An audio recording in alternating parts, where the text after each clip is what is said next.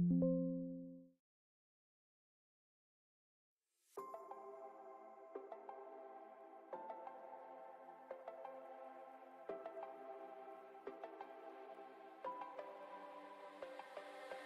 will go down to the parties that my eyes are shut and they're glowing red. I don't need sleep 'cause it's all in my head. It's all in my head. It's all in my head. You can find me on the dance floor, moving like a zombie for sure. My skin is looking paler. I'll figure it out later. Don't be so concerned. It's exaggerated.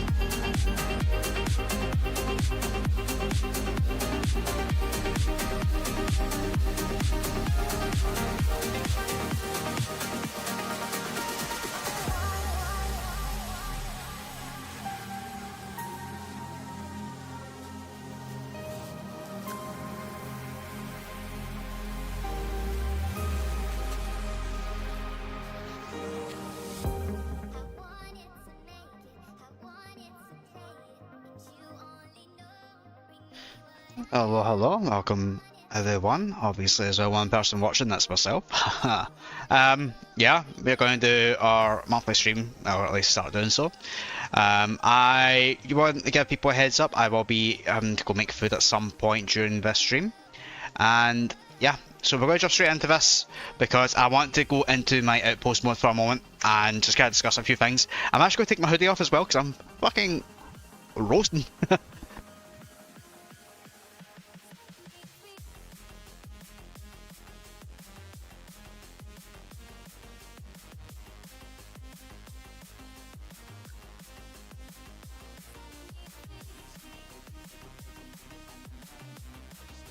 So, I'm currently in Raven Ridge. I have been doing a loot run here for the last week or so.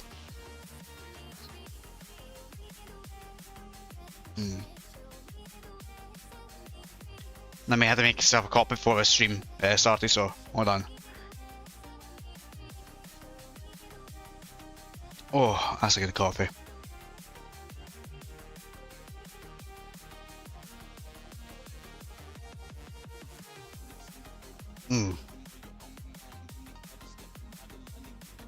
That's a really good coffee.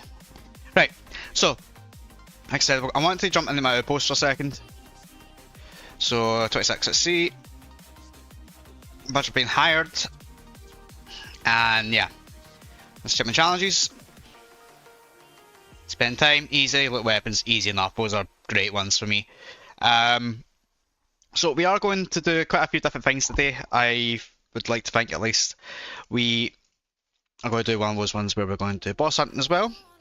And yeah, we're going to open up straight away with boss hunting, I think. We've got a boss one down. So we'll do that, and I'm going to switch things up here a little bit at the same time. I'm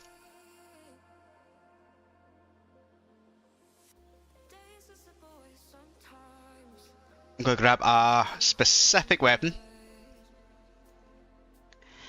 I'm going to put Bloodseeker away because I was going to make a review of this, but I seen Zega already made it, so I'll rather wait a little bit. But we have the Amputator as one of our weapons today, and this is going to be one of the ones the weapon we are going to review, at least. I need to get 14k, that's fine.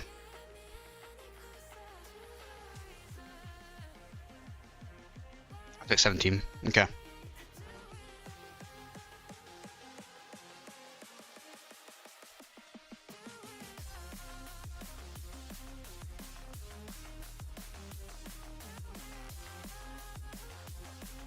Okay, so let's go and fight this. To have everything out, yep. Let's go fight the deer stags. Open straight up with a boss hunt, so why not? Let's see if we can get a level 135 if we're lucky.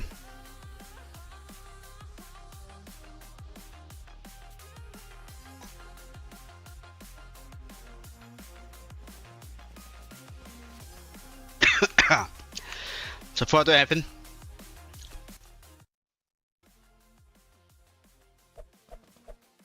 I'm going to turn music on in the game instead. That was just kind of needed for the intro. This game needs more music stuff in it, I think. That's still too loud. Hold on. You think at this stage I don't understand what I need here. But let's go. So our current loadout for our stream is the Amputator, the Cryostorm and the Valkyrie. We are also using the Hardcore Iron Man armour as well. So we'll see how this goes because it should be all fun and games. And we are using our my grinding implant setup anyway, so that should be fine. So let's see. This is not the best area to do the grind, but I say grind, but the fighting. Whoa. Ah.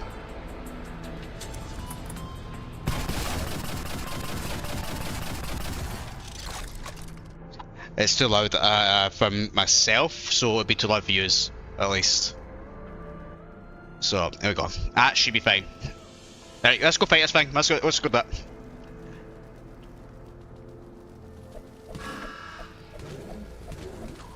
sort of the amputator at least, just to kind of kill some zombies, get that melee thing up. Oh, they come in. Great.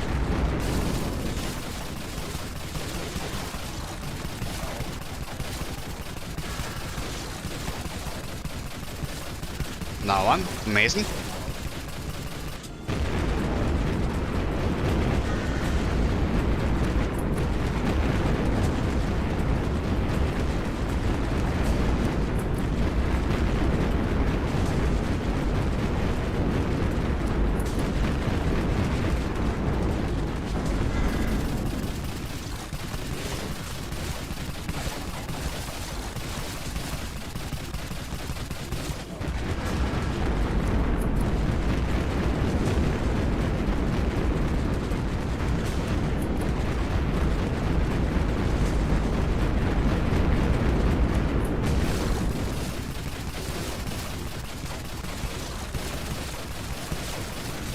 So I think that's one dead already. Maybe? No? Am I not that lucky? But yeah, we'll work these down. Hopefully, like I said, we get a 1.35 here. But I don't have a great feeling about it.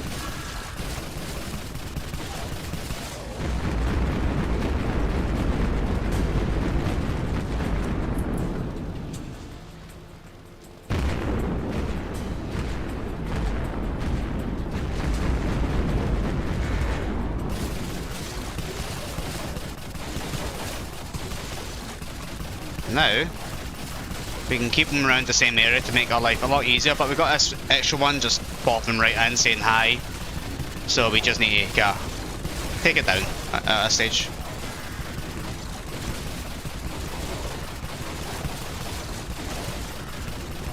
So we'll do exactly that, we will take it down, we will just try to kill it as quick as we can. I don't want to use my grenades at this state, well, in fact that's it. I won't really use them because I could actually use them. Hold on.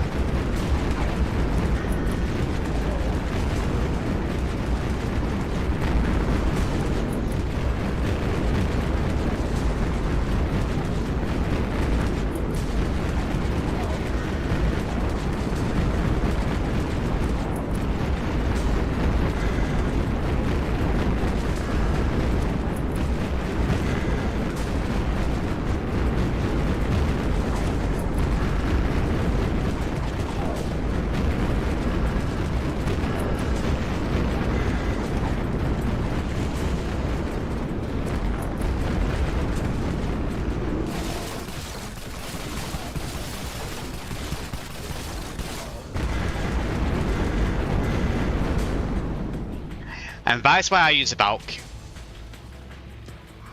Now I'm going to swap the city of this Slayer implant and see if I can get a cheeky boost on my weapon I get here.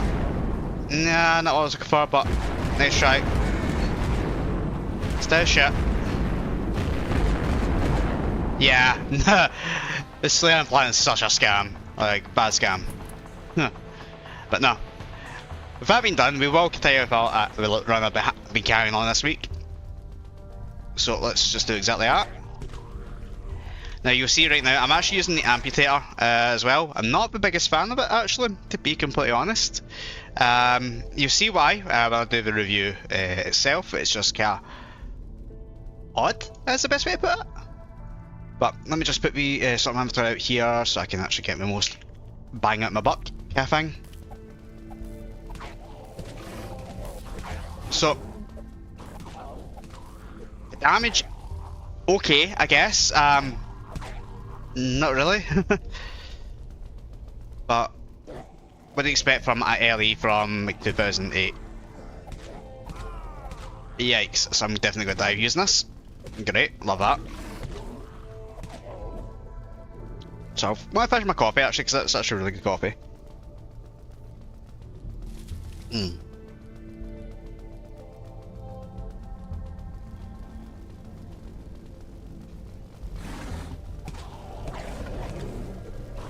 So the issue I'm finding already with this amputator is not particularly up to scratch with the rest of the Cat LEs released these days.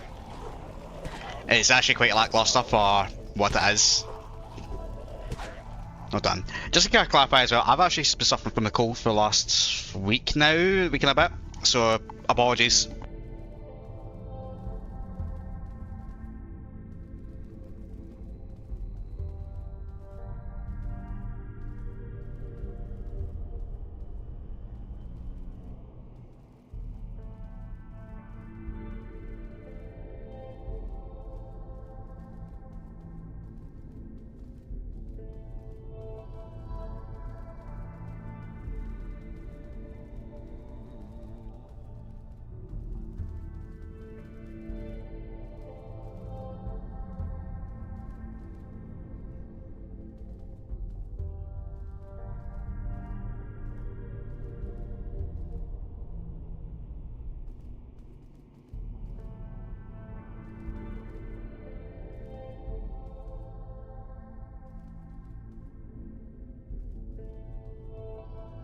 Honestly, I swear, these days it's rare I'm in good health, honestly. I'm going to be sickly when I'm older, that's for sure.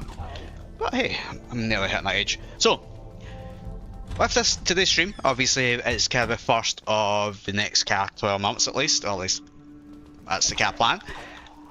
Now, I'm not going to be doing streams every weekend kind of thing, it's just once a month I will do something a bit more traditional in a sense of just me. And not having any of these kind of video edits or anything of such. Now don't get me wrong, when we do the live weapon review, I care. That will be recorded on stream, so you guys can say hi to, you know, the actual recording, I guess. And we'll go through that way. Hopefully this isn't going to be a very bad loot run. Hopefully it's going to go pretty well. Again, I'm hopeful for our 135, but we are going to break up the segments today a little bit, do a minimum of a 3-hour stream, break up the segments, and we are going to play some other games as well in a sense, but still Dead Frontier oriented. We are not doing Dead Frontier 2, I'm not ready for that spiral of decrepitness at this stage, but Dead Frontier 1, peace to the response of the community. I love it, so we will stick with it. Now, I have to say, well, the amphitheater is kind of cool as well. The design of it is pretty cool in game, so yeah, it gives me the vibe of, not a scimitar, but it's kind of similar to that kind of idea. At least it is quite nice to see. We do have a double hound. It's around somewhere, but it's now not really worth going for. Live, here we go, that's what we want. So I need to actually open this up, so bear with me because I want to be able to interact with it properly. Ban on the side there, here we go. So this is going to just be a loot run to finish all of my looting for this week. We'll scrap stuff. I've made about 8 mil. Maybe 8 to 10 mil, to be honest. Like, I've made that much from scraps, and a lot of my stuff is sitting in my storage. We've got quite a number of spaces that to fill up, so we're going to do exactly that. Now, for these runs, I might actually just remove the amphitheater because it's not exactly a loot run friendly, and honestly, and you may be able to see it from how it's acting already.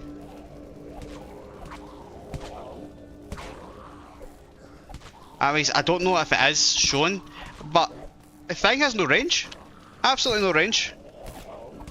So it makes things a lot more harder to actually go for it, if that makes sense. But I digress, we'll just see how it is. I think I already said this at some point during the stream, I will need to make myself dinner as well. Just to get a recap that. There we go. Oh, for fuck's sake, hold on. Okay. There we go, now I can take a drink. It's now cold, so I need to get another drink just to keep me satisfied. But yeah, we'll keep going. We want to loot as much of the stuff we can. Basically because I'm in, let's say, just competing for my clan, I want to loot and pick up every single thing that I can in that sense, just to count it as a point. And anything I don't need at the end, I will just discard. So for example, I did loot some ammo. So I'll go to my inventory now, and my OCD is spiraling, so I'll need to fix a few things here. So for example, I am going to remove the ammos I've picked up. I'll keep the actual implant I've looted. I'll get rid of most of this anyway. I don't need any barricading stuff as far as I'm aware, but I'll keep one wooden plank just in case, because I might use it later on. And I'll keep the batch of heavy grenades that I picked up, I had previously, but I'll move things around at the same time. So we'll use that because we don't really need it, I'll be honest. So what I'm going to do is I'm going to actually sort my implants here, because this is not correct as well for what I want. So right now I'm not using armor, I'm actually using weapons to kind of get more loot. The reason for that is because weapons, you get 20Ks that are more common, and what I do is whenever I loot one, I swap it out for a new one so I can get those points to be concluded. It's the only way for you to min-max your kind of loot stuff here. Plus when you do get a 40k weapon, weapon, it's absolutely fine to keep, and you don't need to kind of worry too much about obviously keeping it. You do keep it, but you don't need to worry about the whole armor thing. Now I am still mimicking my Mastercraft implant because I've not seen any issues with not doing that. And obviously the other opportunity I could do is my Mastercraft implant be mimicked for the boss hunts as well, to try to get a Godcraft. Because this run's given me a few one or two Godcrafts, I think. This amputator is needing to go in the bin. It's that bad. No. As an early, it looks cool in the game, but its actual physical use is the dog's bollocks. Like, it's actually that bad.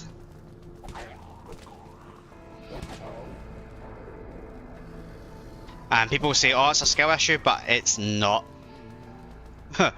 It's really not, unfortunately.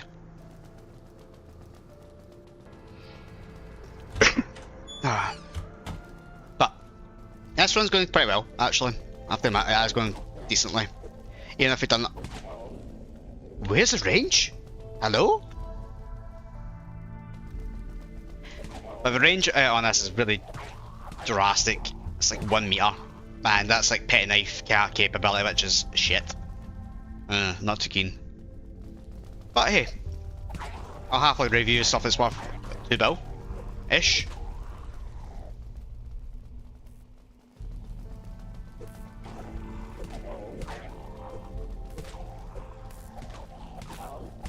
Here we go, get him down. Now, obviously we started the stream about 23 minutes ago, and it is going to be a 3-hour stream, so I'm hoping it does pick up a little bit, because I do want to show off some stuff as well. As some people in Discord will know, I've been working on like an wee audio kind of lore thing in the background, and it's turning out pretty damn well, I think, for what it is. And I am going to start releasing those videos soon, but I just want to give people who's watching this a sneak peek of what it is, in a sense. I was thinking of trying to make an actual kind of trailer, but it's not fucking worth it with the effort I put in. I mean, at this stage at least, I could probably do something in the future. I really wanted to. Boink. See, this is where the golden frying pan would actually be nice. So much more damage, it'd be quicker. With Panhammer, oh, what a delight that was. The doinkage on them is just chef kiss.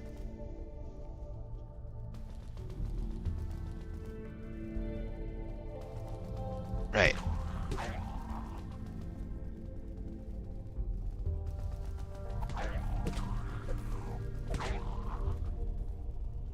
Mini first aid kit, that's quite good actually, I find. That's helpful. So then there.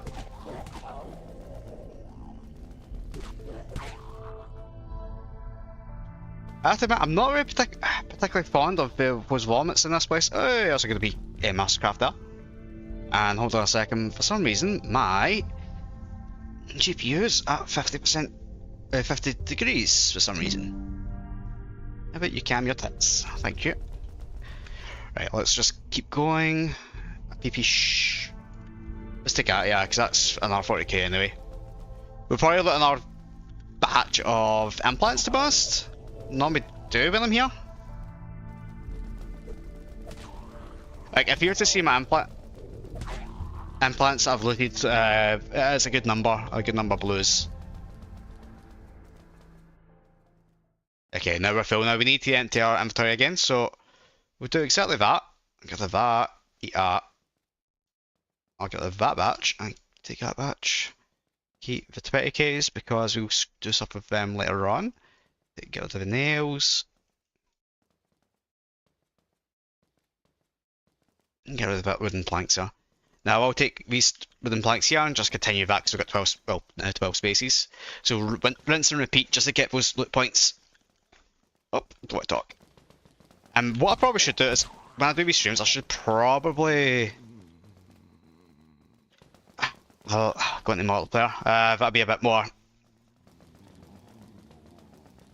interesting, I say, for some people. It means if you meet me, you can say, hey, just don't use profanity, so you can watch a profanity kind of thing. So, open that kind of conversation up. Let's go in here, disable barricades. Okay. Let's see the two people sitting in here.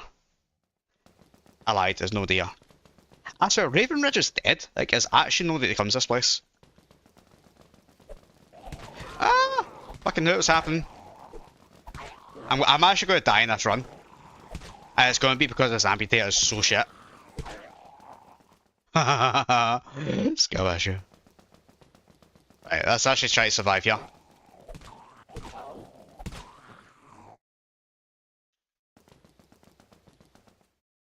Where's the music? Hey, it's a nice wee craft. Would love to get myself a Godcraft here, please. Godcraft Junker? No. About a Dragon's Mark? No. What about a cheeky jackhammer? I'll take that. That's a 40k.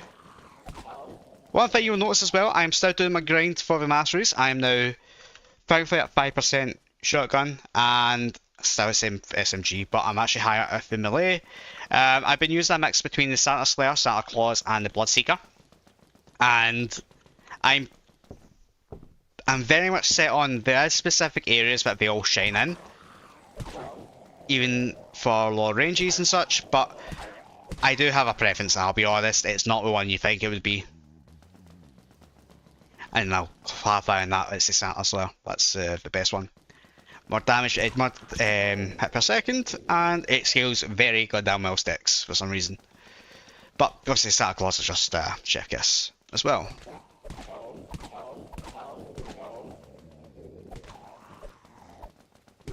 And one thing I've actually, I've not actually been playing the game as much as I probably should. Obviously different deal. I've actually been playing Bannerlord, Mountain Blade. I've actually been finding that quite fun, and I'm open to the possibility of trying to see if there's maybe any zombie mods it might be worth into, like apocalyptic scale. Pretend it's like, what's that Birmingham game? Oh, I can't remember what it's called, but yeah, I'll be open to potentially playing other games on this channel as well, but I want to kind of build up the Death Frontier community aspect of it, because that's the more fun part of it. I mean, I can say, hey, let's play Project Zomboid, a game that I've struggled every time I've played it to get into, and suck at every time. But I do have some games on my... Oh, somebody joined me. It did join. DRLP, not seen that in a while. Oh, don't think this way. I've seen a few games on my list that are zombie-like, so I might keep to the theme of zombie games at least. But the idea is it's Death Frontier oriented. At least that was the starting idea for this channel as well. Boop. Oh. Oh, go big row. some heavies.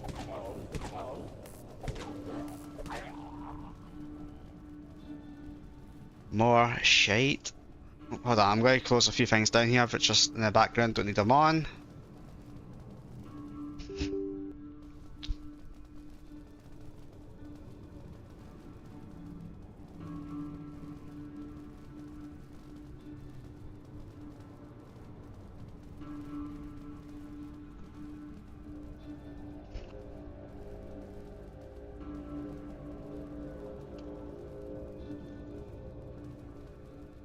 There we go. Update that. We take this because spaces, why not? Now for Bill, we'll take that.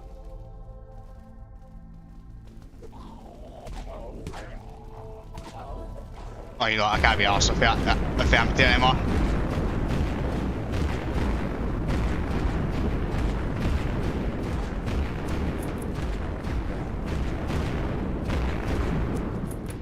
The empty is really annoying me now.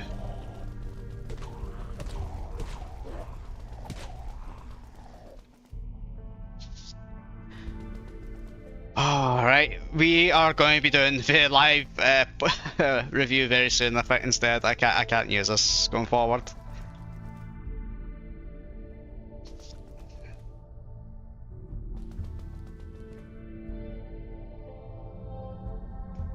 But other than that, the lit run is actually a success. Like here, actually, we've got quite a lot of stuff that's useful, scrappable, and even just banging out great. So we will continue.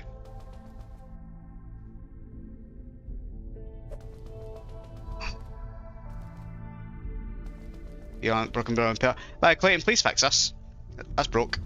Needs fixed. You just can't see it. Interesting. That's good though. I don't want you seeing this. I've got a thing right here. It's telling me details I need to know regarding my GPU, my frames, and all the extra goodies that I don't need to see. Right, let me just poke you with the Dracula stick. Where is the range, man?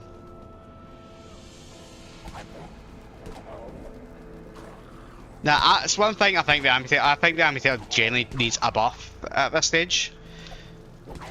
It's been around for so long, it's just a collector's item now, but that lack of range is beyond a joke.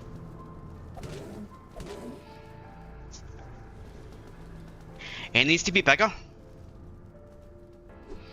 Like that, with a hit from any other weapon. Okay, now we have our last kind of batch here. We've got 4 spots left now. And by 4 I just got rid of some of the heavies. Which is good because we're nearly finished our run anyway, so it makes up perfectly. Can you just... thank you.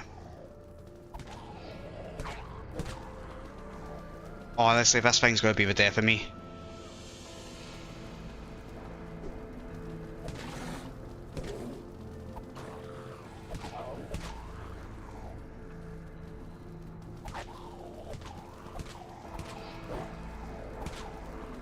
Right, okay. Get in the habit of how to use it. Basically stab as much as you can, hide.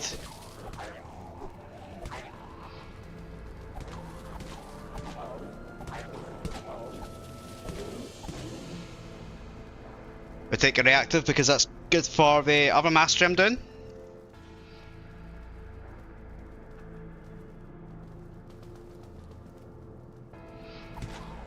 I'm not going to take any ammo now because we've got like 1 spot left and I'd rather keep it for actually looting something. Fuck me, this is not a good thing. Like a thing. Okay.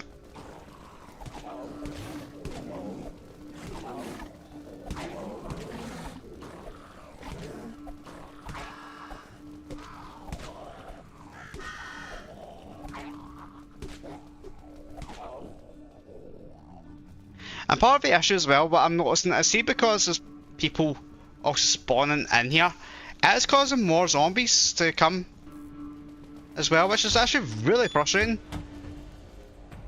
Thankfully nobody's in here, so well, I'll say that for now.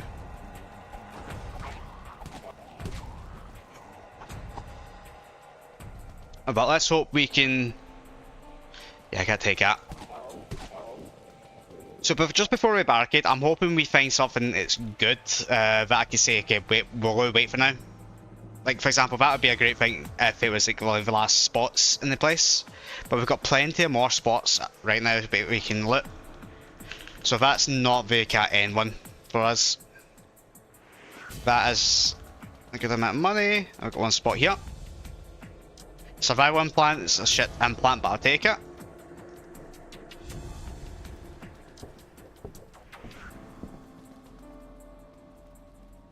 Nah.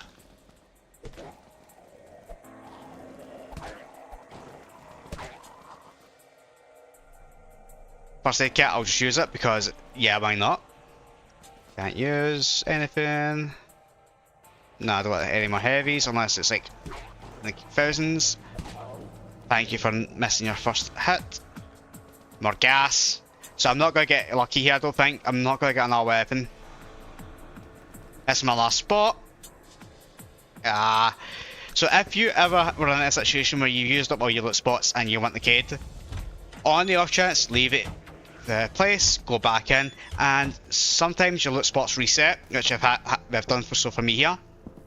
So for example, I've got one here, and I've got a few on the other side as well, so we'll take that.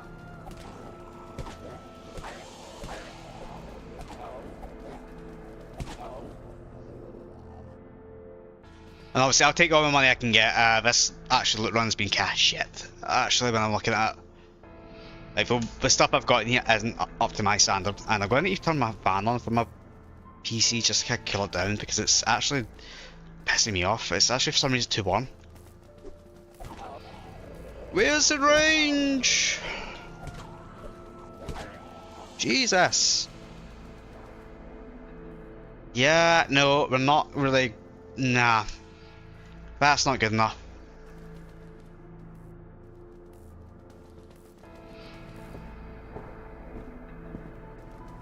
Come on, we've got a few spots here, so we could get something, and I have faith. I have every faith in the world for it right now. On the last spot. Come on, Clayton. Oh, well. Must have been disappointed anyway. Whoa.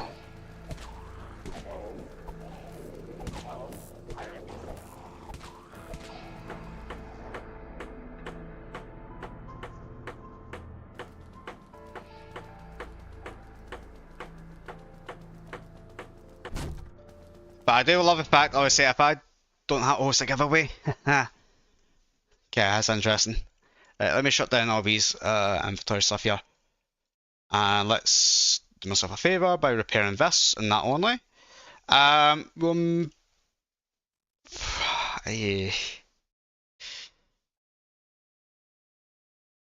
go to storage for now. We're going to dump some of the 40Ks here. So dump this, this, this, and this. Get that in there. Get that. Definitely get that. Get that. Get that. Get that. This. This. I'm going to keep them out. The reason why I'm keeping the armors out is because I'm going to repair them. And people thinking, why are you repairing the armors? It's no point. Yeah, I totally understand that logical thinking, but it's good for mastery gains. What I will do is those extra bits here, that's not really worth it. I got nails.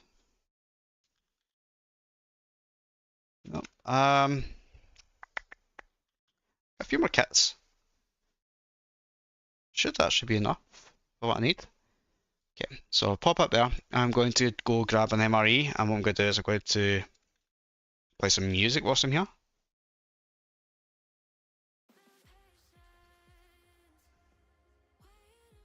Oh. Now that is tempting for doing that.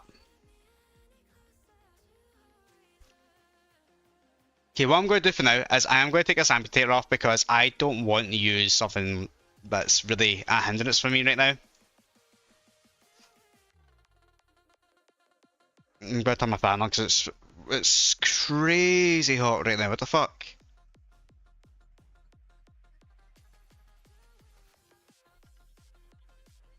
Hold on, is all my fans working? Yep, 1, 2, 3, 4, 5, 6, 7. They're all working. Okay, so those 40Ks I'm going to shove in my storage. So reason for that is just I know where they are, so it's easy enough to kind of just get them in and out. I don't think I've got anything else here that's actually worth at this stage. I'll pop this in the collection book. I will grab something else out at this stage. Oh, I'm so tempted. Where's the panhammer? Where is it? Panhammer, let's take it out. We'll use the panhammer, it's just the fundamentally better weapon here. Just like a fundamental better weapon. What we will also do is, I think I've got a trace set up here. Yeah, with one of my models. I'll shove these in here because basically I don't like having these 20Ks and that. I like to just kind of sell them to a scrapper, but because of the nature of this stream, it's to kind of wrap things up. So wooden plank, 15K.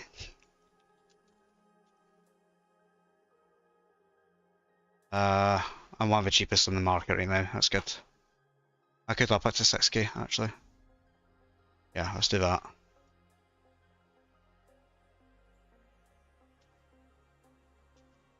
What I'm going to do as well, just for the sake of it, MRE. Just buy myself a cheeky MRE here. So give me a second, I'm going to put my dish in the sink and I'm going to grab a energy drink. Obviously I'll stay on speaking here because I can. But yeah, I hope everything's weekend's going well. Mine's is going fairly decently actually. Obviously I'm getting to the point where I'm actually getting old, so all my joints are aching right now. But hey, joys of actually getting old and being a Death Run player. Nobody cares. Right.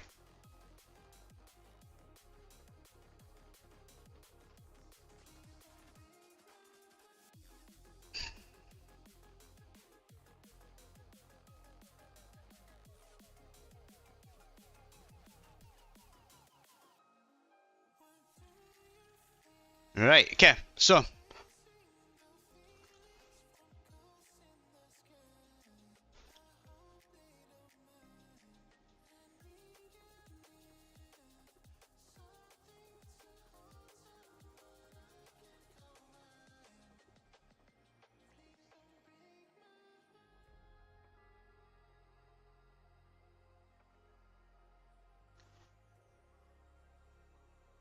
okay, let's go kill these bandits. I'm kind of curious to see if maybe I could get a cheeky experimental parts drop.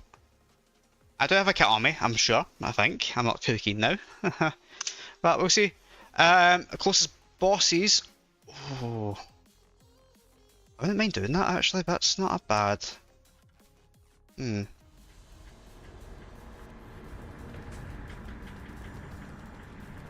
Okay, let me turn off the music in game now.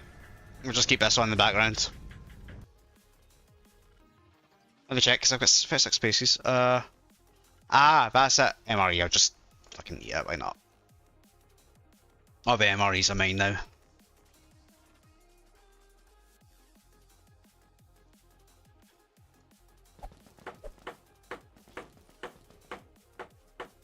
In fact, before I do anything, I am actually going to put my grind setup right now, actually, whilst I'm here. I don't need to actually do much more, but I need to take something out of here just to do it. And I'm actually going to do the hook implant already, the sled implant already.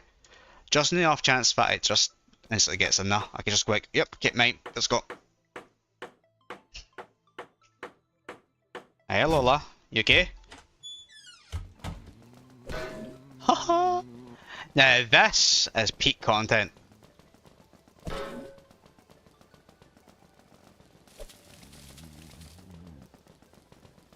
Now how are many hits do you think it'll take to kill a bandit with this? Like one of these regular bandits here? They got down there. Obviously so fucking far away. So I'll be doing 1k damage per hit. How much do you think I'll do?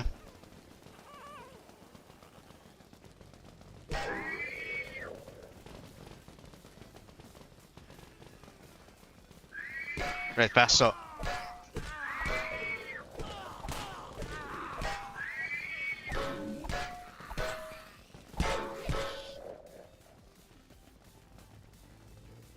Oh, that's so bad. Hold on. Hola. What is it? Needy bitch. Yeah, so those were not worth current loot. The chances for it, cool, I'll take it, but it just wasn't worth it. So let me get my ass back into Raven Ridge and put on my implants again.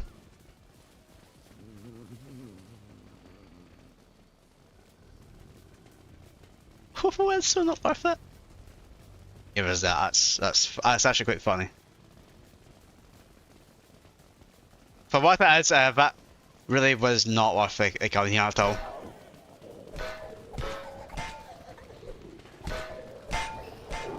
Oh. That's just music to my ears right now.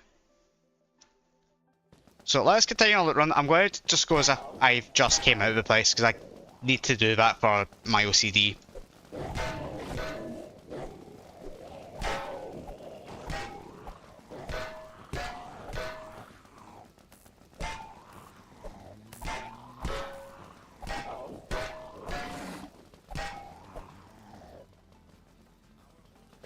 What's a dog doing? That's a cat energy that screamed there. Take it.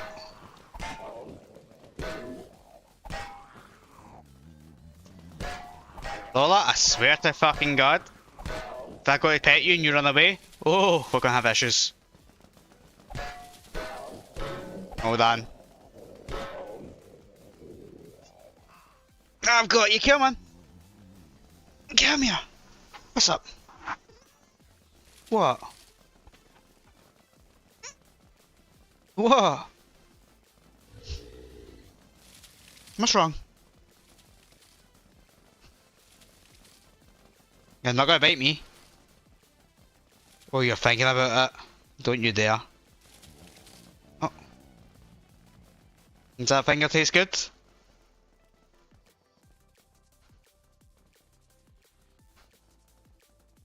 Ah! No bite. No bite. No bite. Okay. Oh. Come here. Hey. You wanted attention? I'll give you attention. Oh.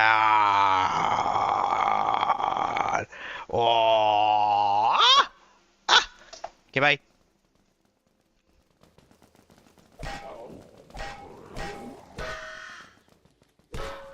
Okay, bye.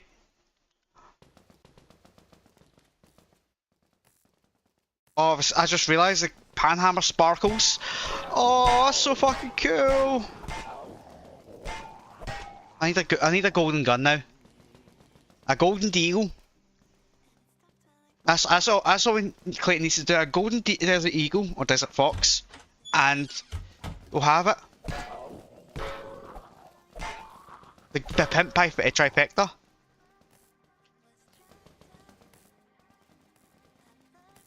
Now, so far, money is key.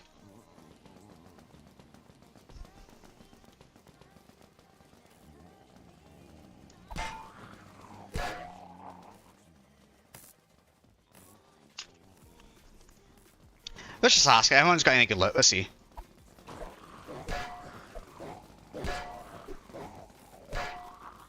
Hehehe.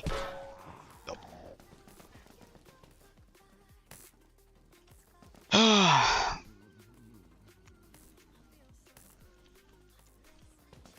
Gotta play it, Creighton? Yep, that's the kind of thing you need to do now. Lola? No.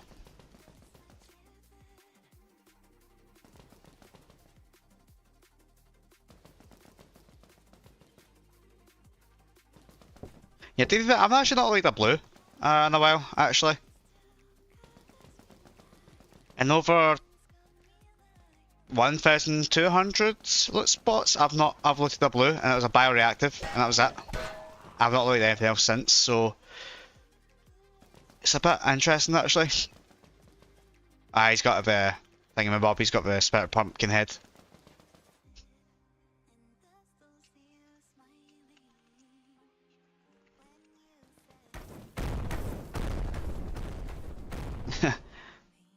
Lola! Enough! Don't be a greedy git.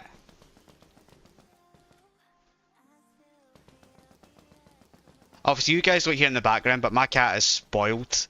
Right to the point, she will, if I'll give her like a bag of treats, or just have them out, they will be eaten within 10 minutes. So that's why I'm not giving her anything, but trying not to give her any attention. It's, she's classed as a fat cat according to my vet, so I'd rather not overfeed or give her too much.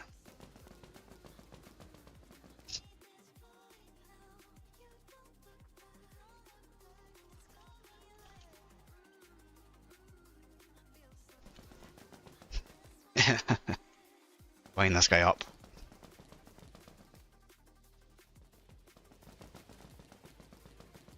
So you see, people have a kind of routine of this place as well. Like, it's quite understandable. People are in that kind of run zone, and obviously each to their own as well.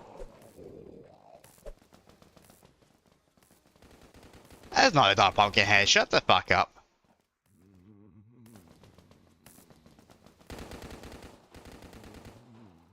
What was causing that kind of flame effect then, huh? Interesting. Oh, that's actually not a bad amount of loot from a 14mm. I don't think I'm going to keep it though. Yeah, it kind of got absorbed with something else, so it's no point keeping it. Keep that.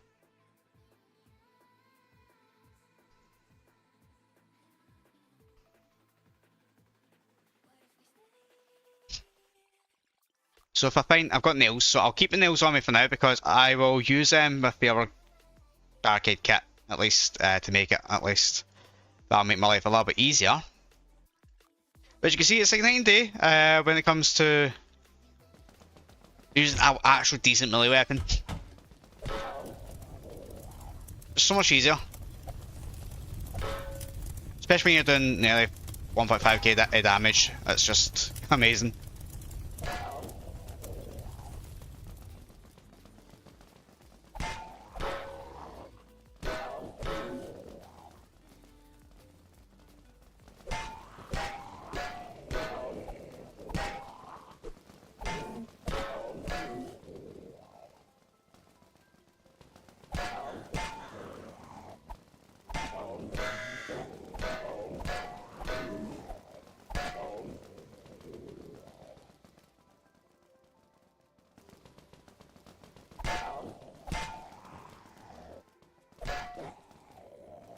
Okay, interesting.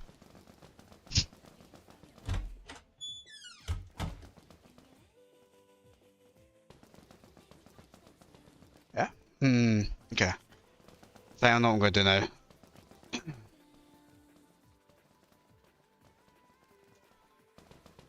He's going to ask me to kill him. I'm not good at that. Ninja movements. Not at all, just fast.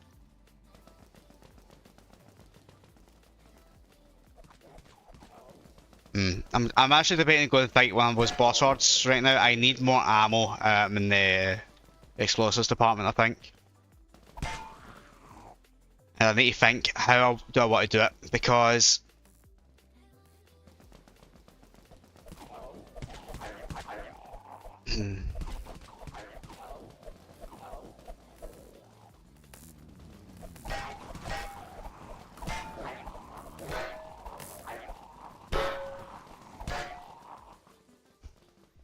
but the reason why I'm thinking about this as well, because I could either go down the potential Godcraft route of any of the weapons, or I can try go for the better weapons again. Because believe it or not, that Slayer implant does work a little bit. It's shit, it works a minuscule amount, and it can be somewhat beneficial if anything.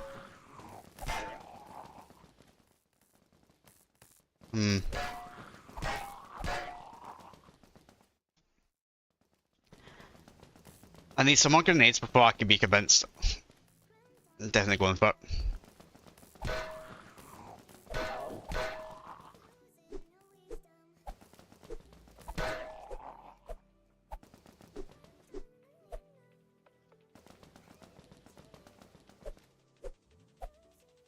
MRE, I'll take that. That's actually really good for a look. Like, MREs are quite rare, I feel like, these days. Like, when Ravenrush first came out, they were plentiful, just like the blueprints, but now they've pretty much been mellowed out in that sense, so it's definitely worth picking up these days. Okay, we're going to do it, we're going to do it.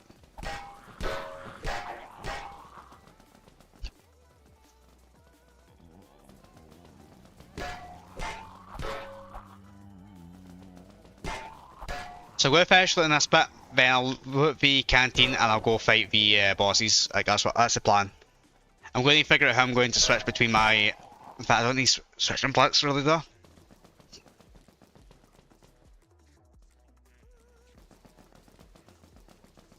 I'm gonna start. Here we go.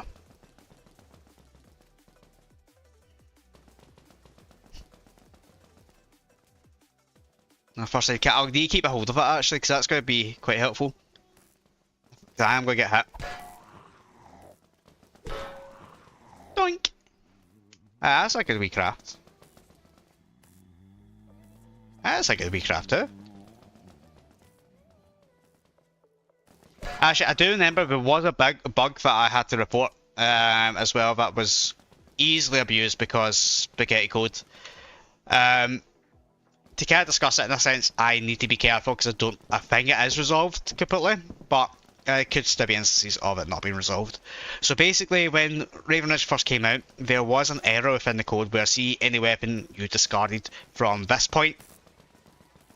Like say for example, okay, this is a weapon here, so I'll go to my inventory. See if I was to discard it, what would end up happening is it would actually be put into your recovery list instead, and obviously for obvious reasons that is not a good thing to have, and it is very detrimental to the game environment itself, and obviously people could have easily abused it.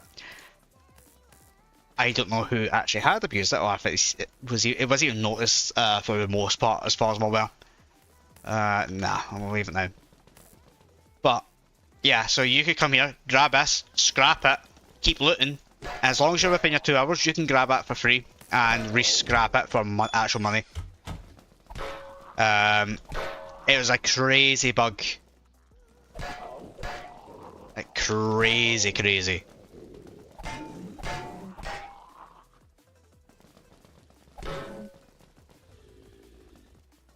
First aid kit, I'll use that. Hey, like we like getting the armors. Like we do like armors because obviously that is a good bit of scrap, but not even just that. It's armor's just better to loot. Don't get me wrong, see if I liked a yellow, blue, or even red right now, like the gas mask thing. I wouldn't complain, I'd be actually overfilled with that. Bring it back to my days when I looted my Cyclone. But ever since then I've been chasing that dream of, I'll loot another one, but I haven't done so. I just looted that by accident.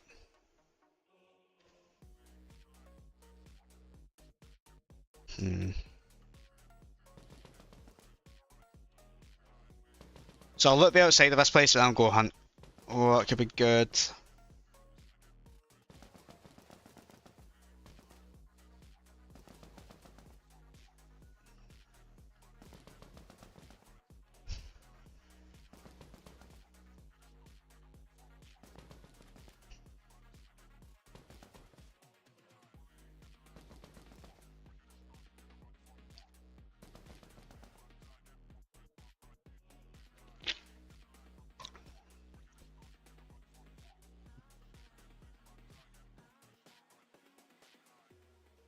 Okay, so we are nearly done with this loot run here. So again, we're going to do the other side of this place before we go hunt some pesky wabbits.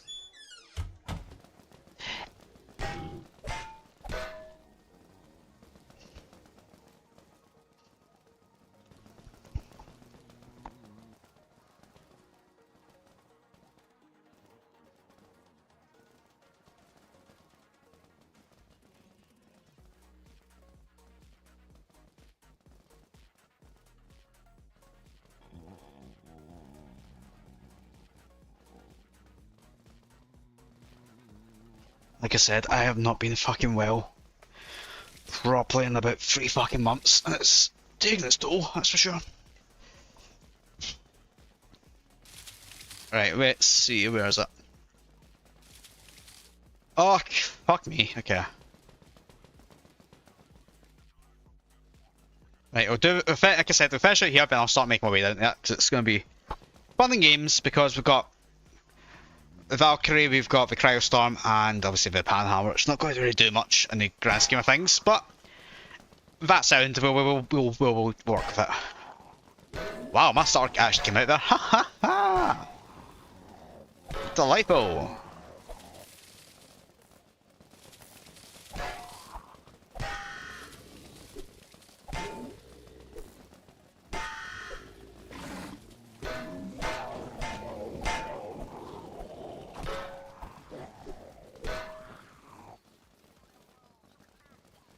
I'll take that for sure, because that is a better thing for me. So I need them to stop opening that screen, because I need to get access to this screen. Well, I need another screen so I can just work on all of them.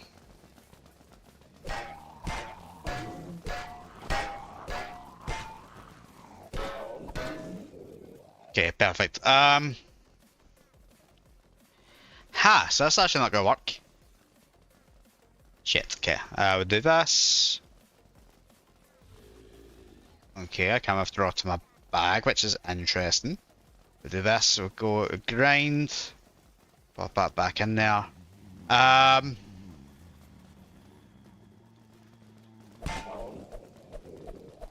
So I need to go...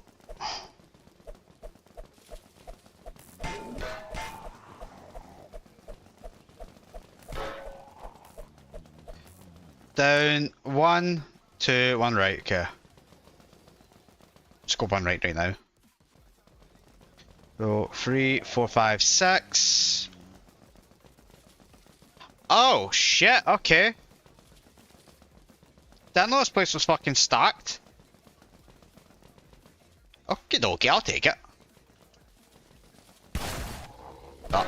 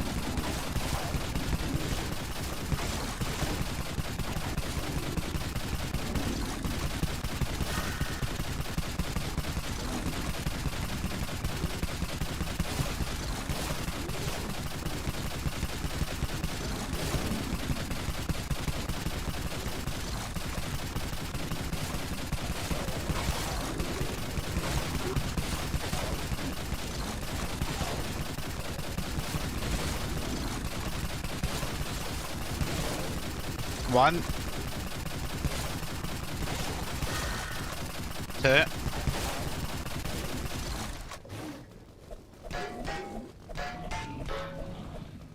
Come on, keep up.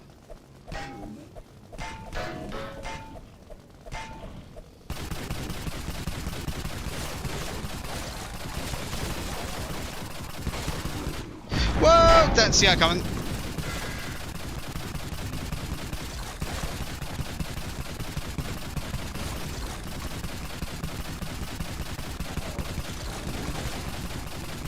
So I got 3.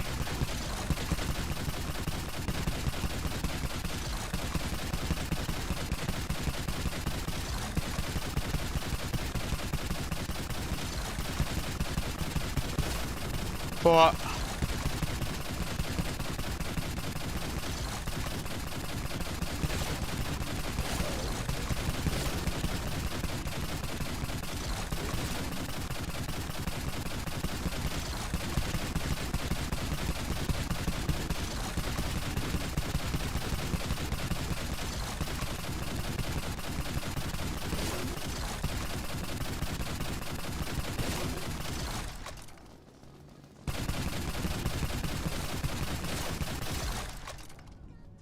Okay.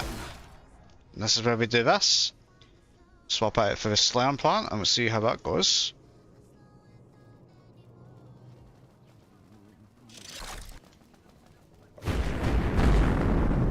It's not too good, but okay, we'll take it.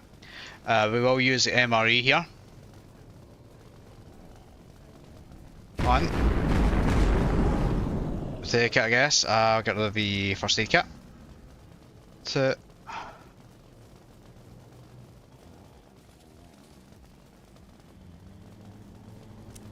Go right and go around. So we're taking it around the aggro so we can actually loot these things a bit more efficiently. So 100% rare. 3. Oh, it's not looking good. Really not looking good. I'm convinced the rates for rare stuff in Raven Ridge is a lot worse than Death Row. I'm convinced of it now. Oh, fuck me. How is that fair? Stop fucking spawning, you dicks. Sick and tired of it. But this game actually needs to be fixed in that kind of sense. Like if you've killed the bosses for yourself, don't fucking respawn them. Oh, what a fucking shit show this is so far.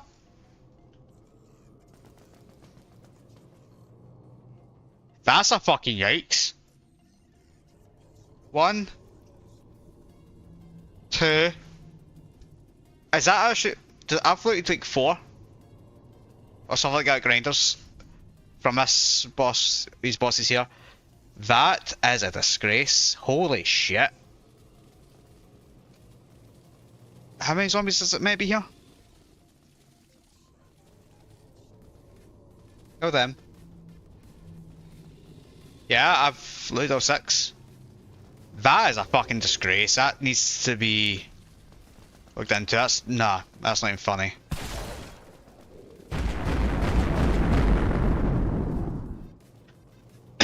Right, I'll swap this back out for that.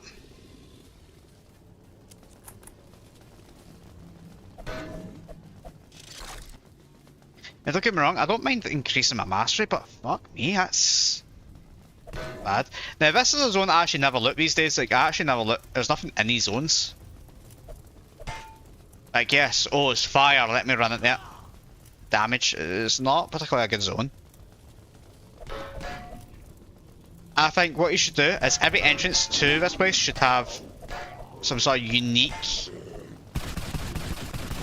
place, really. Like on the western side, which we're at, has the prison. Eastern has the chem plant. I remember there was some sort of rumour that down from the south there's going to be a, what do you call it? Penitentiary? I don't know what it's even called.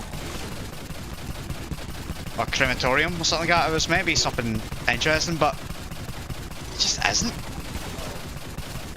Raven Ridge has been out for several years now, and there's been no work for it, and it's kind of boring. So obviously people won't come here for that aspect, because the bunker you get more out of it, more enjoyment. This is where's Death Row. But I can't wait for the actual work to be done for Raven Ridge, because this place could be amazing if done right.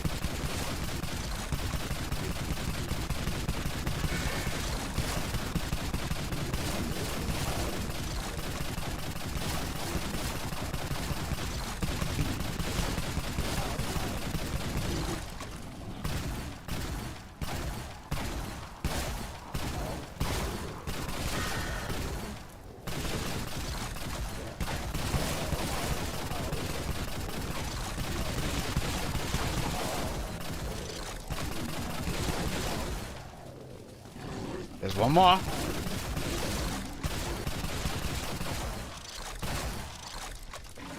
Oh, I all did. Ah, shit. Okay.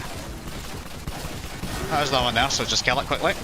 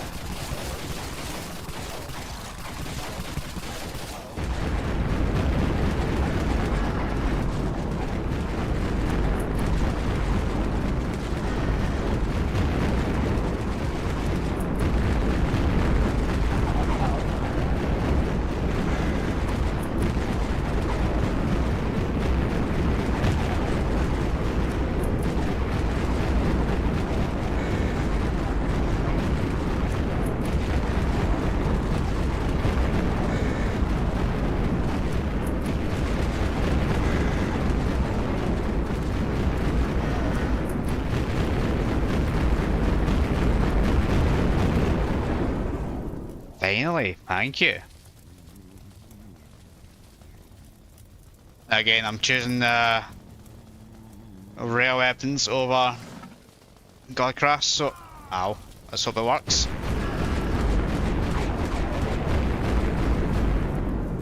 Not having much faith already.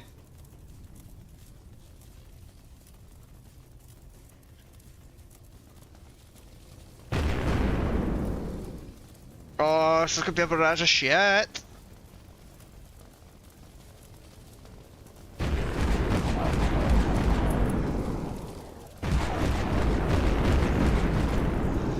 I mean, that's okay. Not particularly the best, but I'll take it over what I've got so far. Yeah, if anyone's looking to buy the Slayer implant, don't fucking do it. Just get a Massacraft implant. You're guaranteed, these guaranteed Massacraft spots are just so much better. Like, that's fucking god awful. Like, emphasis on the god and the awful. Like, it's not even fucking funny. Let me do myself a favour here first.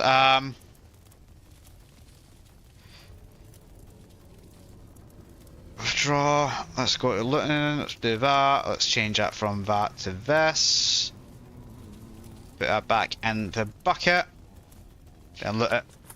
So for some reason you can't withdraw an implant to your backpack, so you need to go through the kind of faff of taking stuff out and moving things about. It doesn't really make much sense, but hey, I'm not the developer.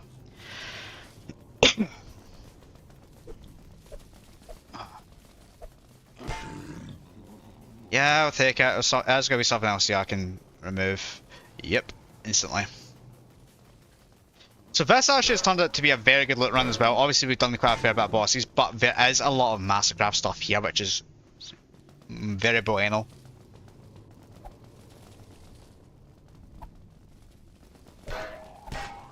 And I'm just looking to see if there's anything else additional here. Because I'm going to Cade after this, pretty much, and we will sort through the inventory as well. Wow.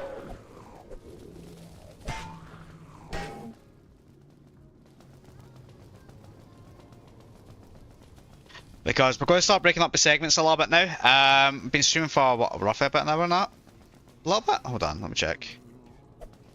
An hour and 15. Oh! That's what happens, but I'm not looking. Yeah. Hello and welcome, by the way. I don't know how to pronounce your name, so I do apologise. But yeah, Raven Ridge is good for XP and it is good for looting, but after testing the Slayer implant there, probably for over 10 bosses guaranteed to have decent stuff, like decent Massacre stuff, always guaranteed. The Slayer implant is really shit. Like, it is such an underwhelming implant. I don't know why it's not been buffed or stuff like that. It's horrendous. But only thing I can do is complain at this stage. But yeah, the XP down this place is actually pretty damn good, especially with the bosses and how much they give. So really can't complain.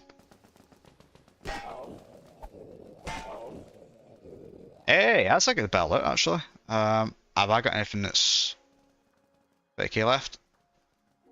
No. I'll just grab that. Well, hello and welcome. The stream is starting to pick up a little bit, thankfully. Yeah, what we're doing in this stream's in the description, so we're going to do a little bit of looting, we've done a little bit of boss hunting, we're going to break up some of the segments, so we are going to be doing some of the classical Dead Frontier stuff. And we have a bit of an unreleased bit of content that I want to get show off before I release it next week to the stream. Obviously, it's a bit counterintuitive doing it on this way, but hey, we take it. Let's get shit. But hopefully you've been doing well. I was a good bit of thing to take, but it's not worth picking up now. But hope you've been doing well. Hopefully your nights, your weekend is going fantastic. I am actually a little bit late to the stream myself, to be honest, but I have one personal commitments as well. Right, we're going to Lisbon Van Wasteland. It is so empty. Yeah, Wasteland. Don't get me wrong. Wasteland, you understand why it's empty. You completely understand. Hey, it's a place where you want to grind XP. Really, that's your best place for it. Whereas Raven Ridge, like I said, it's been here for such a long time. It's very just underwhelming for what it is. And I'm just going to just go through all these inventory bits I've taken on. So, just going to show the final stuff here. So, yeah, lots of stuff here. So I'll start repairing armors here. Again, for those who don't know, the reason why I'm repairing the armors as an engineer is because I get 4 XP points from my mastery to repair stuff in my inventory than I do from the market. And fundamentally, it is just a much better ratio to use. That's weird, okay.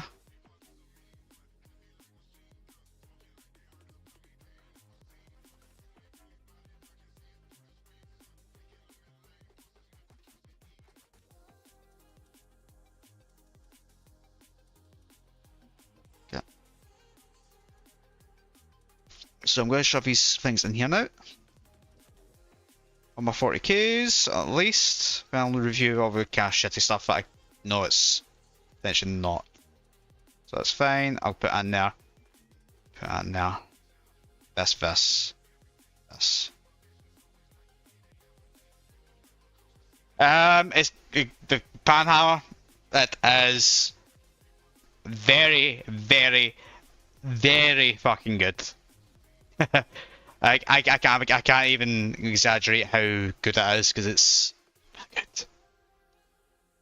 Yeah, so pretty much got everything here. Yep.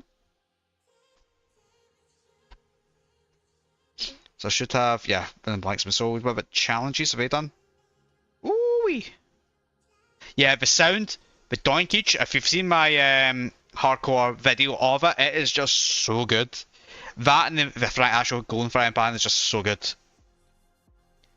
It is rare, so you can only get it from the hardcore Iron Man event, shop, sorry. So once the event rolls out again, if you get 120 within that event time frame, it gets linked to your main account after request, and Silent will let you buy it. It's like 10 mil in the shop, but obviously, as I've been transparent with everyone with the stuff I do on this channel, the hardcore Iron Man set was given to me by Clayton to the show.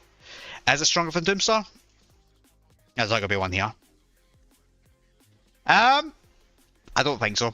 I don't honestly know. I'm not particularly fond of a Doomstar. I've not never used it, so can't really comment, unfortunately. Right, that's nearly full, which is what you want. My storage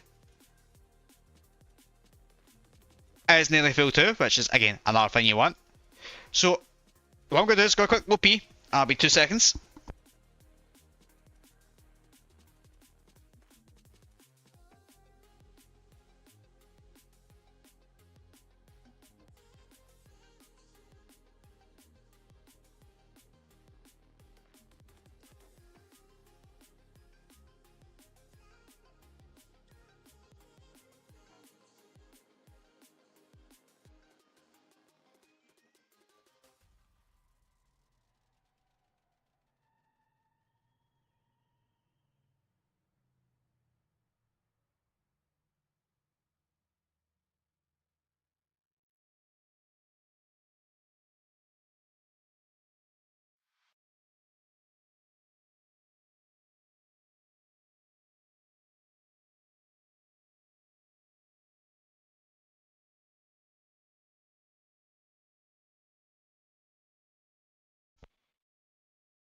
Okay, hold on. I'm gonna put my hoodie back on because I'm fucking freezing.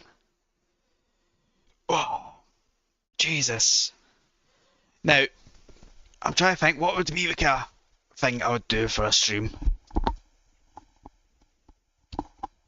Okay, we are going to split up the segment a little bit, so we aren't going to do another run for now. We will do something a bit more different. Oh, Jesus.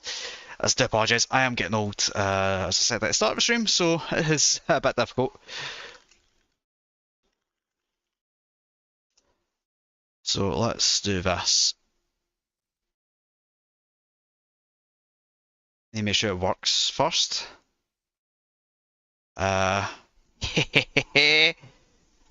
So yeah, we're going to do some of the old school kind of stuff. Hold on, I'm going to just check my massage. Done. Yeah. Oh. Sorry, so just to kind of clarify, my back's fucked right now, so I need my massage going to work. Oh, so yeah, so the segment we're going to break into is the outside games that has been made in a sense. So obviously Neil, what I'm implying, has made these different games up. So what else better to do than actually play some of these games, if not all of them, during the stream? So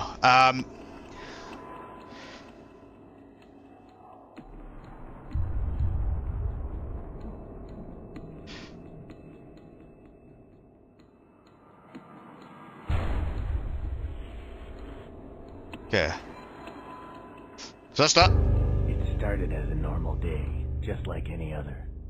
I took a shower and grabbed a quick cup of coffee before heading out of the front door and waving goodbye to my loving wife. I jumped on board the bus, sat down, turned on my MP3 player, and promptly entered my usual daydream state. I finally arrived at my office building, headed up the 10th floor, and sat down at my desk to see a huge pile of paperwork. I sighed and got started. Okay. A scream coming from down the hall broke my concentration. I considered going to see what it was, but the thought quickly passed. Probably just another hysterical secretary overreacting to a spider. Just as I started getting back to work, something else grabbed my attention. I peered out the window into the street below, and to my astonishment, saw a scene of utter chaos. People fighting, even killing each other for seemingly no reason. By this time, some of my coworkers had gotten up from their desks and joined me in staring out the window.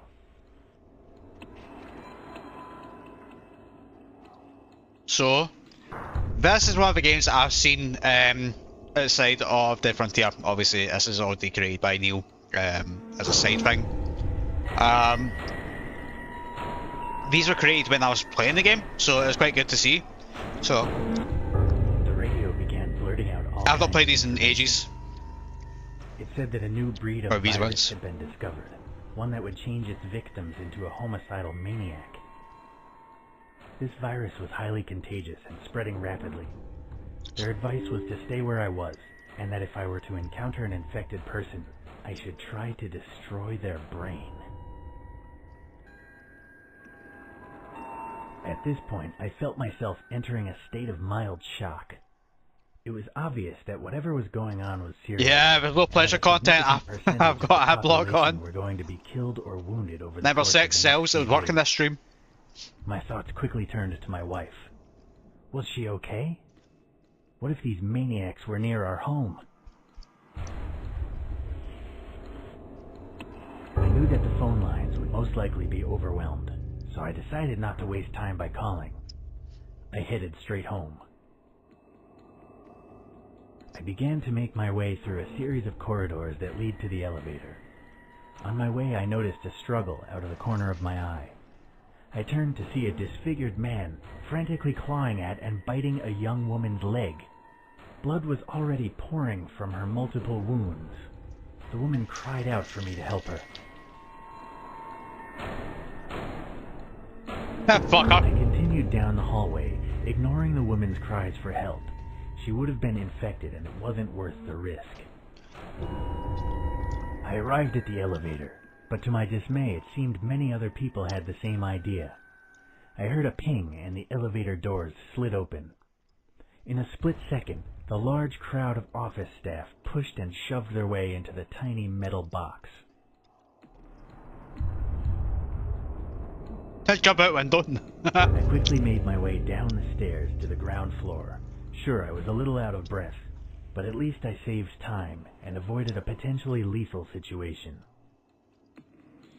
I eventually reached the ground floor and entered the lobby. The scene in front of me was one of extreme violence. The security team was desperately battling with a swarm of infected, and they appeared to be losing. I watched helplessly as a guard on the opposite side of the room was torn limb from limb. I noticed his gun lying on the floor just a few meters away from his dismembered corpse. I managed to slip away without any infected noticing and proceeded quickly towards the rear exit. I made my way through several corridors towards the back of the building. As I approached the rear entrance, I spotted a hefty padlock across the bolt, making it practically impossible to open without a key. I cursed my bad luck and tried to figure out my next move. The janitor would have had the key, but reaching his office would have required going back towards the lobby.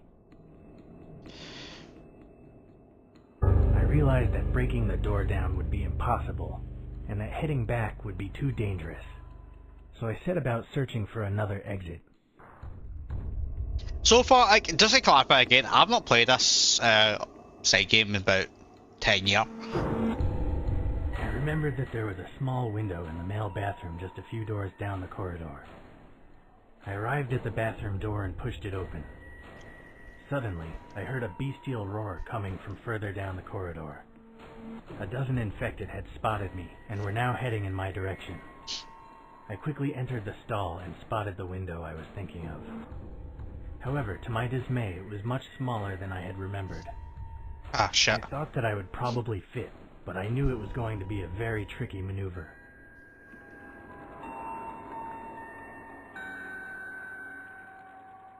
I locked myself in a cubicle, sat on top of the toilet seat, and tried not to make any sound. Within a few moments, the zombies had shoved their way into the room. At first, it seemed like my plan was working.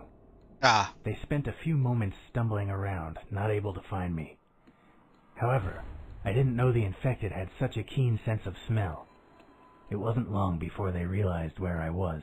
Well, I died. It took them a few good minutes to break through the door. Just enough time for me to make my peace with God. So, we steamroll through this.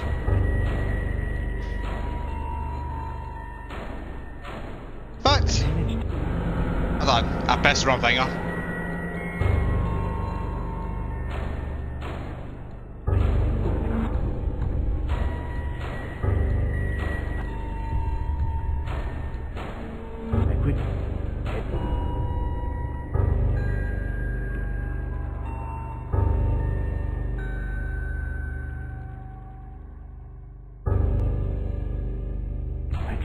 Here you go. And landed on the pavement with a heavy thud.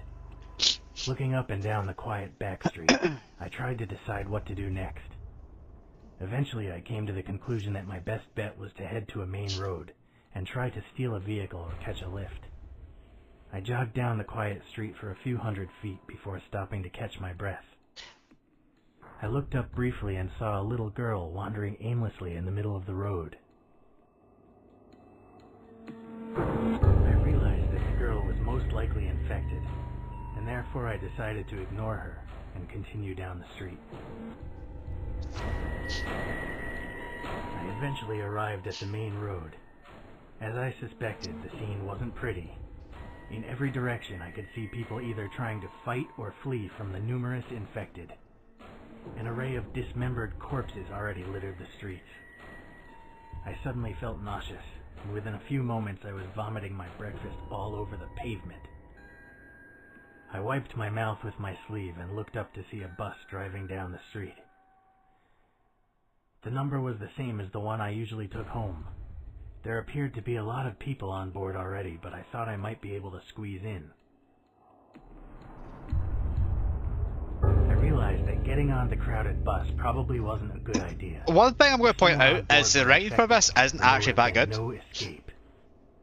It's the second scene he's went, I've realised it's not particularly well rehearsed kind of thing. Down the street, I noticed several groups of people.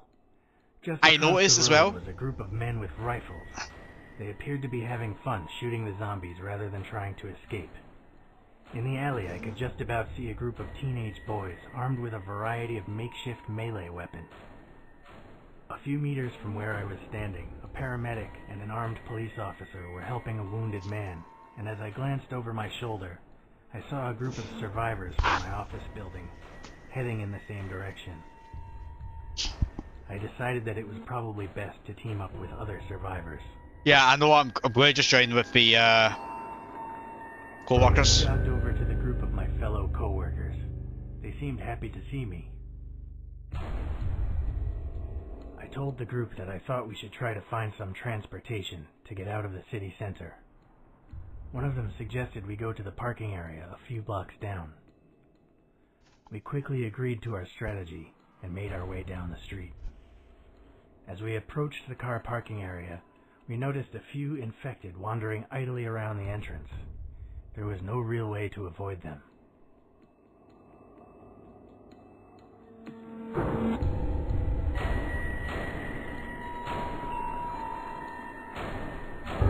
We ran swiftly towards the parking area, ducking and weaving between the zombies. Unfortunately, one of us stumbled and fell to the ground with a definite thud. By the time the rest of us noticed, it was already too late. The zombies had him pinned and were now tearing away at his flesh. Without saying a word to one another, we continued on our way and left him to his fate.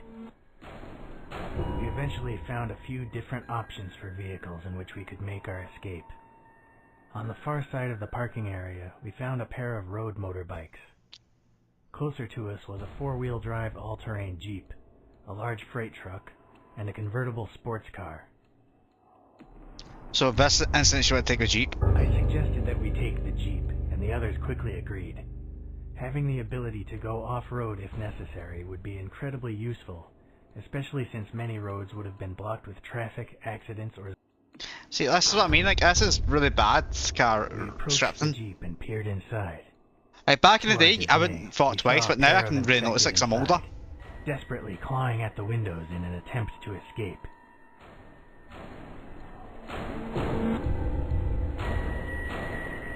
I made my suggestion, but the others didn't listen.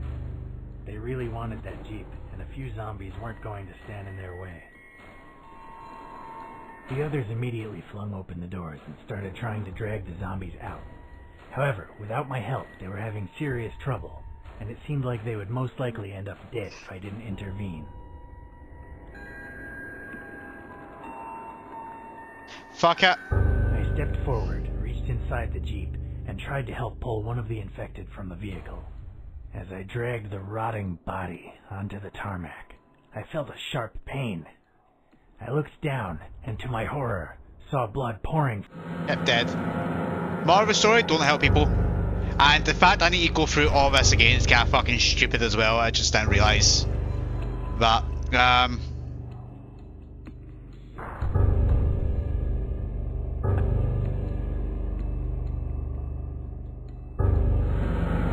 So, okay.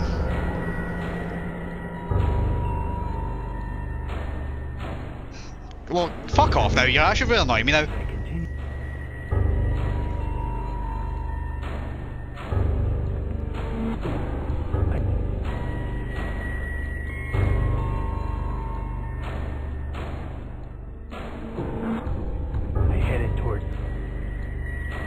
I climbed aboard my chosen vehicle and sped away from the car park.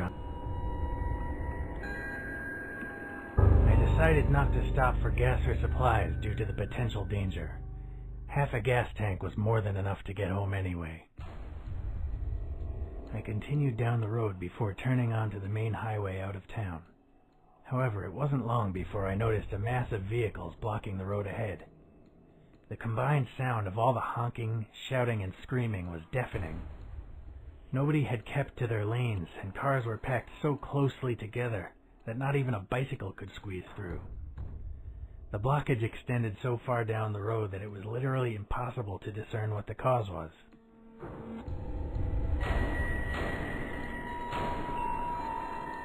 Realizing that there was no point in waiting, I decided to get off the road and drive through the open fields instead. At first I made good progress, and as my thoughts turned to my wife, I started...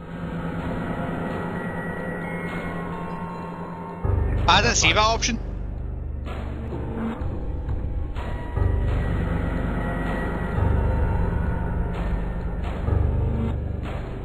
As I sped down the disturbingly quiet back road, my mind began to wander.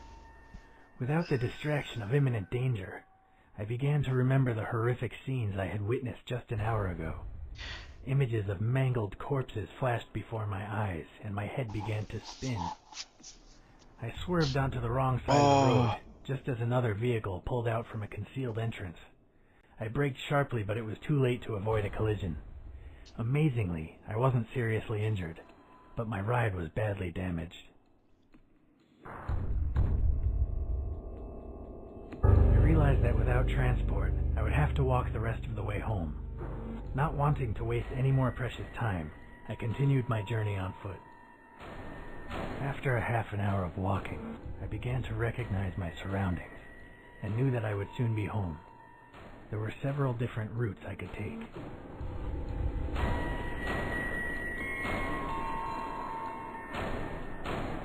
I decided to get off the main road, as it would undoubtedly be dangerous in such a heavily populated area. I decided to follow the train line instead, since it ran not far from my house and would be totally deserted.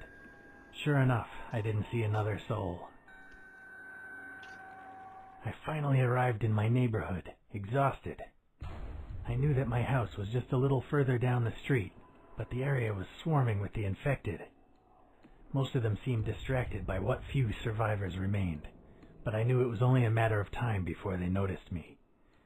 I remembered about a small alleyway nearby, one that would take me most of the way home in relative safety. I entered the alley, and as expected, it seemed totally devoid of life. However, as I walked past a large dumpster, an infected old man stepped out of the shadows and tried to grab me.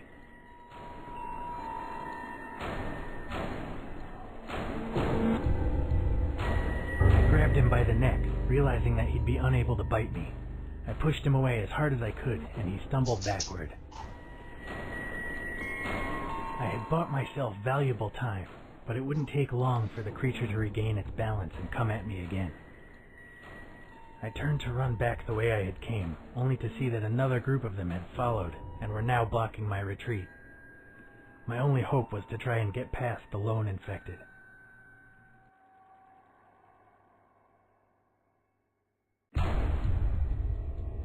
Grabbing a brick, I waited just long enough for the infected to get close before smashing it into his face. There was a sickening crack as his jawbone fractured and blood sprayed from his mouth. My former neighbor fell to the ground, and before he could get back up, I was able to run past. I sped down the alley and back onto the street. When I looked over my shoulder, there was no sign of my pursuers. I could see my house now, just 100 feet or so away. My heart sank when I saw yet another group of infected wandering aimlessly between me and my goal. I decided that it was too dangerous to carry on down the street. I went around the back of one of the neighbors' houses and climbed over the fence into their garden. It was tiring, but I carried on scrambling over the fences until I got to my own backyard. As I approached the house, I noticed the glass in the back door had been smashed and the door left slightly ajar. I was terrified for my wife's safety. I realized that whoever had broken into the house could still be in there, and without a weapon, I wouldn't be able to help my wife. I headed over to the shed and checked my pockets. Luckily, I still had my keys and was able to remove the padlock and open the door. Inside, there was a wide range of tools to choose from.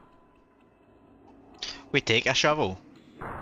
That's not even there. We'll take the hand I axe. picked up the hand axe since it was light and easy to use, although perhaps not the most powerful of weapons. With my weapon in hand, I left the shed and walked back to my house. Before I could enter, I discovered why the back door had been left ajar. A teenage looter emerged from the house carrying my television, obviously intent on profiting from the crisis. When he saw me, he dropped the TV and pulled out a large kitchen knife. At that moment, I couldn't tell which one of us was more afraid.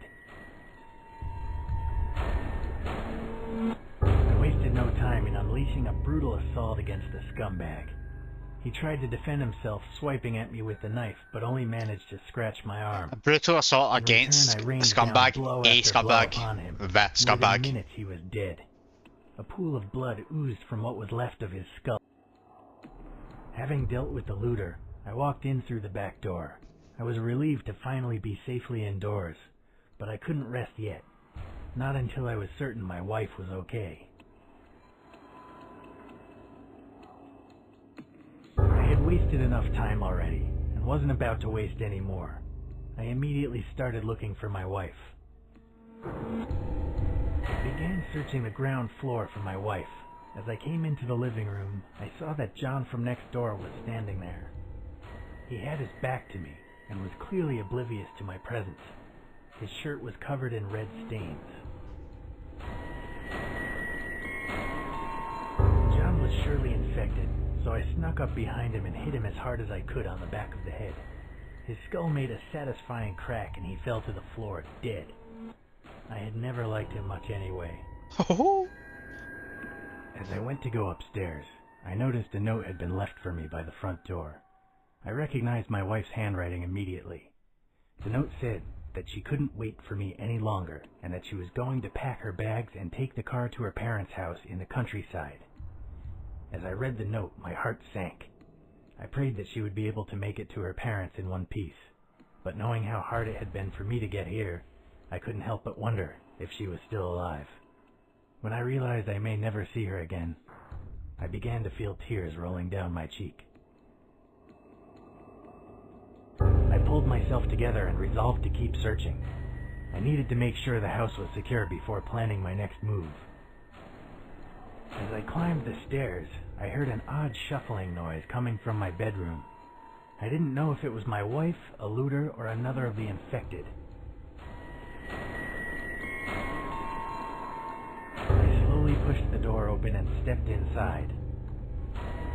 The scene that greeted me will haunt my nightmares for years to come. My beautiful wife was pinned on the floor, desperately trying to fight off one of the infected. She could barely keep the creature at bay, and if I didn't act immediately, she would surely die. I ran at the infected and kicked it in the face with all my might.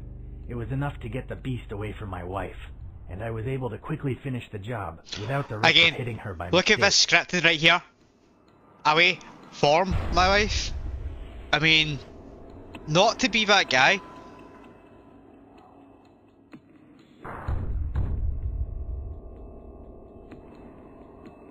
I mean, that's still an issue. That's still an issue. I was finally reunited with my wife.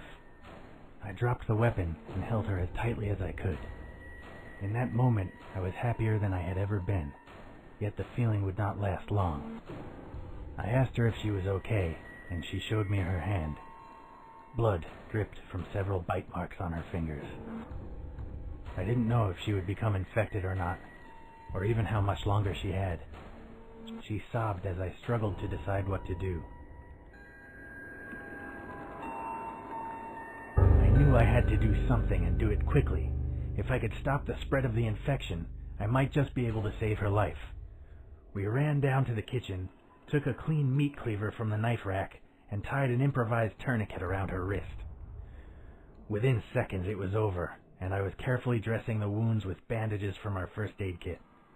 I didn't know if she would survive or not, but at least now we had hope.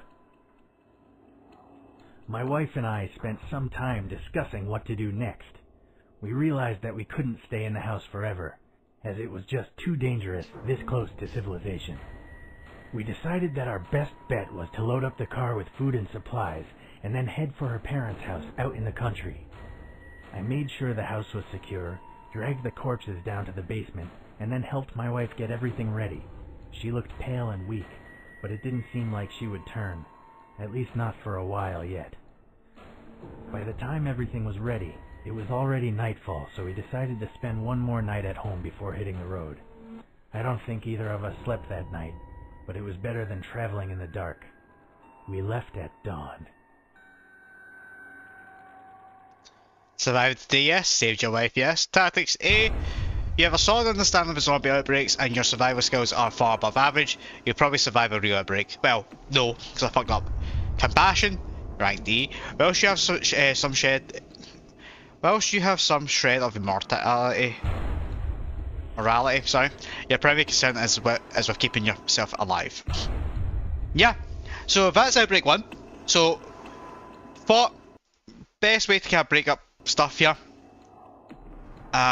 Maybe doing it this way, so I'll just wait for the next one. So what we're going to do now is we are going to break this up again a bit more. We're going to actually just do the live review, I think. I think that'll be the best aspect of this now.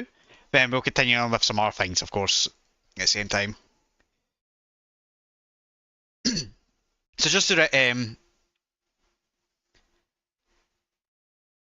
what different look colours are? What do you mean, sorry? So for those that's actually in the chat, we're going to be doing the amputator, as you've seen there. Now, the kind of setup I have of these videos is I do it a specific way, and because obviously I've got full in here, that's full, basically I need to do this. I'll pop my stuff in here as well.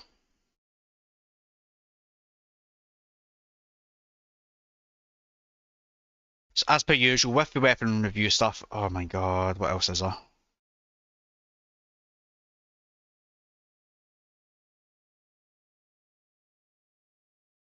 Hold on.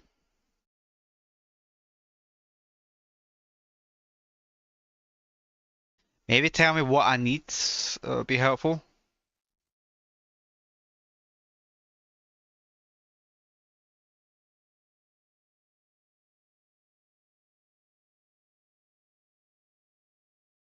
Hold on, I've got apparently so much here I need to kind of put away as it is.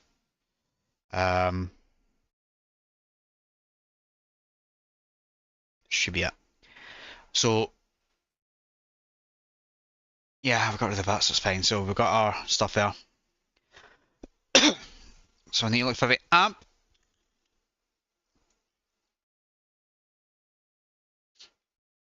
Okay, so I'm going to start recording in a second so we can get this going. So, hello, welcome. We're doing a live weapon review today. So we've got chat on the screen if anyone wants to make a message kind of thing, you'll see. Today we are going to be looking at the Amputator, which is an exclusive LE that was released back in 2009. And this weapon is unique in a sense, but my opinion of it has drastically changed since obviously obtaining having a copy of it. So this is a very slow attack speed and a very high critical chance hit weapon. The non-crit is 40 and the critical is 200, and the melee range is a 1.5, but that doesn't seem right for me for what it is. Now this was kind of based on a tribute of Dracula movie, as you can see there, or at least I think it is. I've never seen this, but hey, that is what it is. And like I said, this was released back in 2009 for a month, and a lot of people did get access to this pretty early on, and obviously it's one of those ones that's very, very rare to have. Thankfully I've got a copy here, and you can see the damage of it is your traditional stuff. Let's see if I go to do... Wait, what? Let's see how this goes. So, we have just a little bit more damage per second. We've got 14 damage per hit out of 40, which isn't correct, I don't think. And obviously we've got 8% critical chance, and it does hit up to 3 enemies.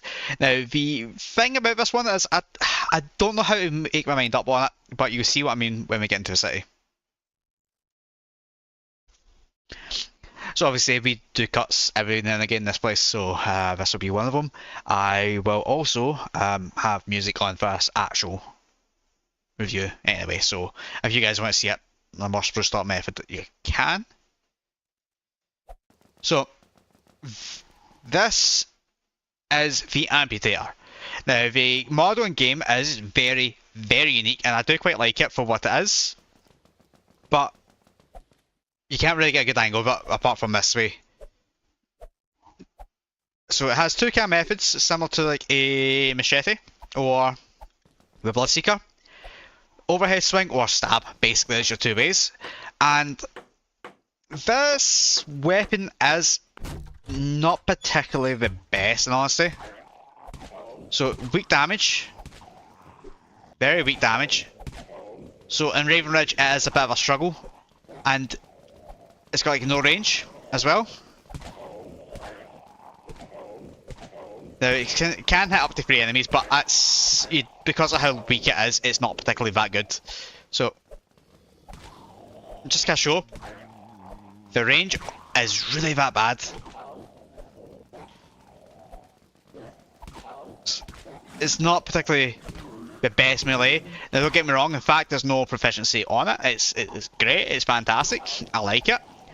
But when a weapon like this, when a melee weapon this lacks in the range, it is really not a good sign for what it is. Now, obviously this is actually struggling from what I can feel from using the implants. It's a struggle, and when it comes to hordes and that, it will not back you up on it, unfortunately.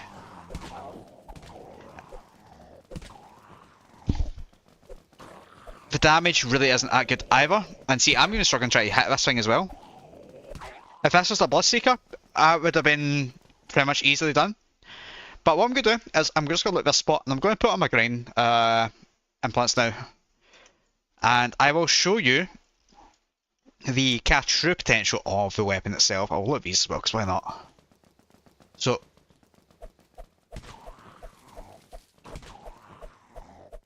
the animations seem a bit odd as well. Obviously having like a mix of stab and overhead slashes, it doesn't go too well. And even with the boosts, it still feels a bit sluggish. Because one of the issues is, for this is honestly the range on it. It's actually baffling. I feel as if a penknife is actually better. And that's coming from somebody that's done the review for a penknife. For me, the only thing going for the amputator is the fact that it is an LE with a very unique model that you'll never get in the game again.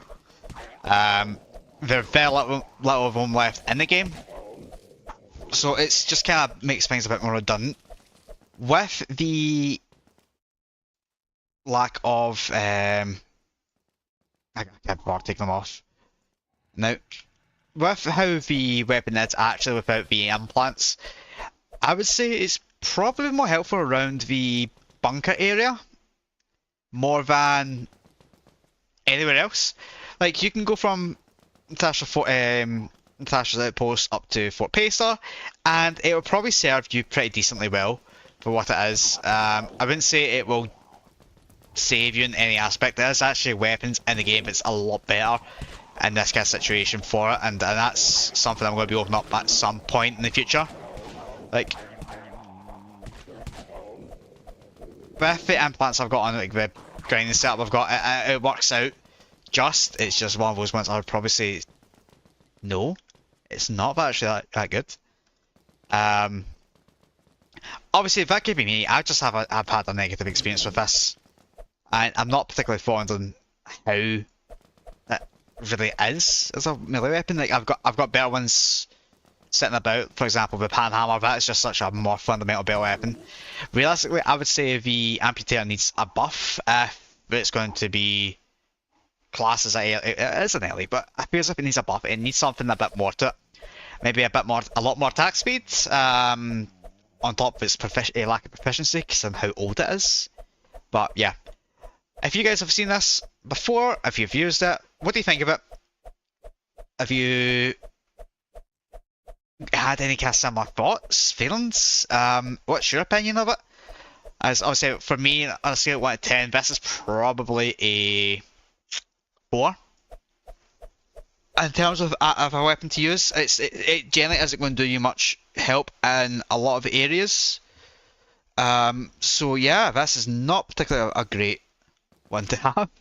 But yeah, let me know what you guys think. I'm going to let you guys go from the video, and we'll go from there, and bye. But yeah, for those on stream, yeah, this weapon is getting tossed in a bin. Like, I'm not doing a look run with this.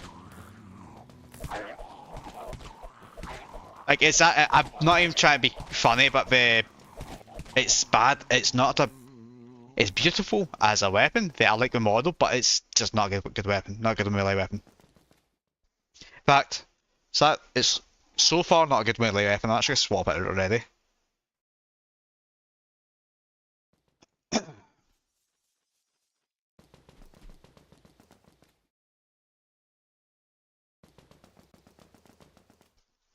Oh, my nose is itchy as well, so sorry.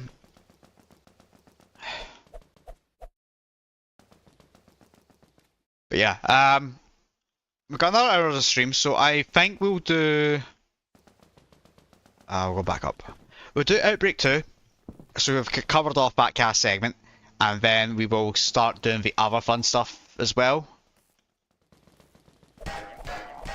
And at the end of the stream, I think I'll show the video that I've got sitting in the background right now that I'm gasping to show. And just FYI, I see the stuff I'm picking up right now, they're not being kept, they're going to get put in the bin. Apart from that, I need that, that's good. So let's just K'd up now.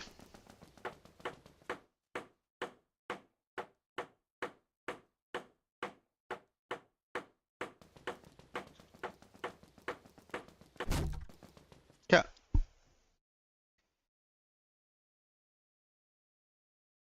I'll put that back in the collection book from the... It'd help if I take it out, yeah. Okay, so for the rest of the stuff, yeah, I'm going to just get rid of it. I don't need that.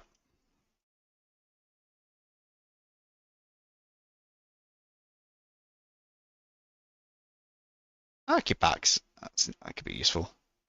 Useful scrap. So, storage, pop it in here. You've got a shotgun, which I'll pop in here.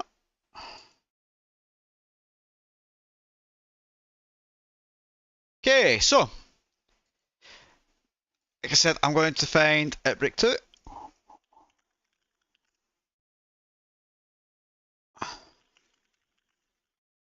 That's Outbreak 3, what?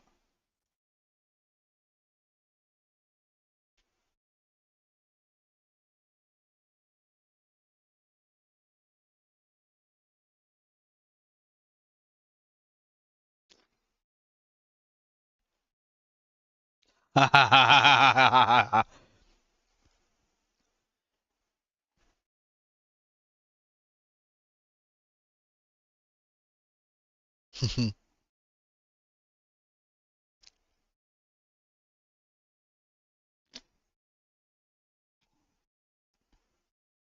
let me go find Outbreak 2, like I said.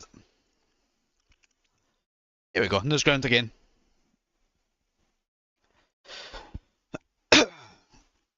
So, we'll do this, do a loot run, then we'll, obviously, like I said, close things off. On June 29th, 2016, our lives changed forever. A virulent man-made virus had been mysteriously released into the population, mutating the infected into ravenous flesh-eating zombies. The outbreak had claimed untold lives, but somehow my wife and I had managed to survive. We escaped the carnage of the cities by driving deep into the countryside, hoping to find relative safety at her parents' farm. When we arrived, we were relieved, not only to find her parents still alive, but with the help of the locals, they had managed to fortify the farm. The granary held enough grain to feed us for months, and we had plenty of ammunition. It seemed as though we could survive here almost indefinitely.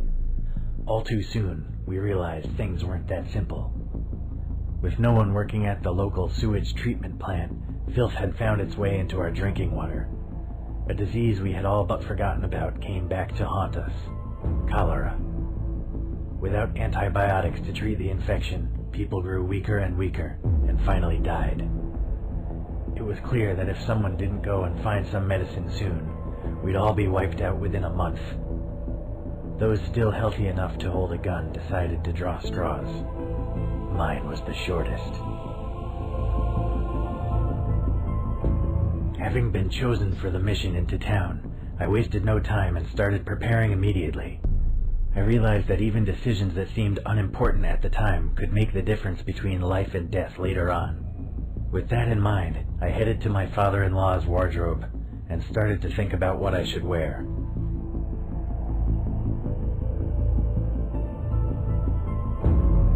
I chose the biker leathers, including a sturdy pair of boots and gloves.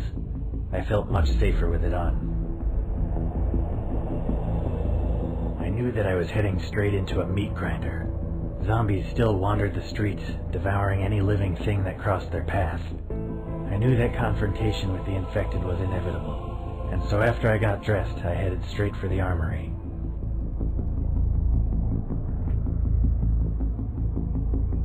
I took the pistol, since it was the easiest to carry and held plenty of rounds. Having armed myself, I grabbed a rucksack to carry some additional supplies. It was imperative that I traveled light so I could complete my mission as quickly as possible. My fellow survivors were counting on me getting back with antibiotics as soon as possible, and the risk of being unable to outrun the infected was one I wasn't willing to take.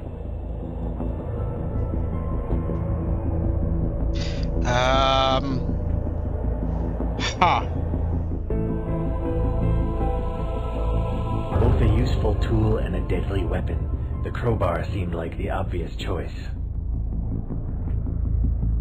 I was almost ready to leave the safety of the compound. For the first time since arriving, I felt truly afraid. I knew that I may never return from this mission, but if I didn't go, what little remained of my family would be wiped out. I knew my wife was sick, and unless I got her the medicine soon, after all we'd been through, I couldn't let it end like this.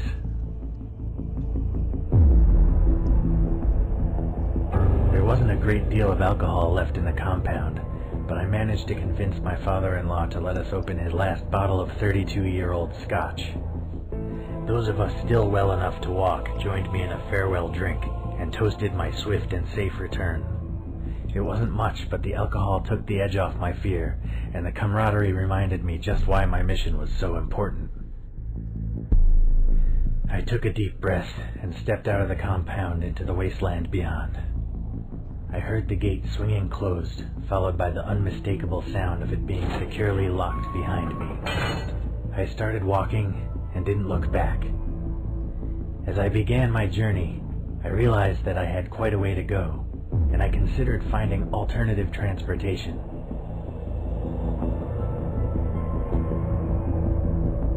I had to walk quite a while before I eventually spotted an old and slightly rusty bicycle sticking out of a hedgerow. It wasn't in very good shape, but it was about rideable, and still a hell of a lot quicker than walking. Unfortunately, just after a couple of hours, I eventually came to the outskirts of town. The place had been pretty run down even before the outbreak, and I had struggled to imagine it being any worse than I remembered. I was wrong. Once the streets had been the home of petty gangs and prostitutes, but now they were littered with decaying, half-eaten corpses. The air was thick with flies, and maggots crawled and squirmed among the bodies. I took a moment to regain my composure, and then pressed on, trying not to notice what I was standing on. As I turned the corner, I saw another man standing some distance down the road. I had no idea if it was a survivor like myself, or one of the infected.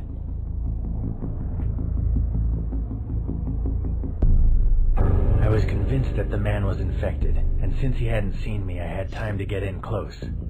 I got out my crowbar, slowly crept up behind him and smashed him as hard as I could in the back of the head.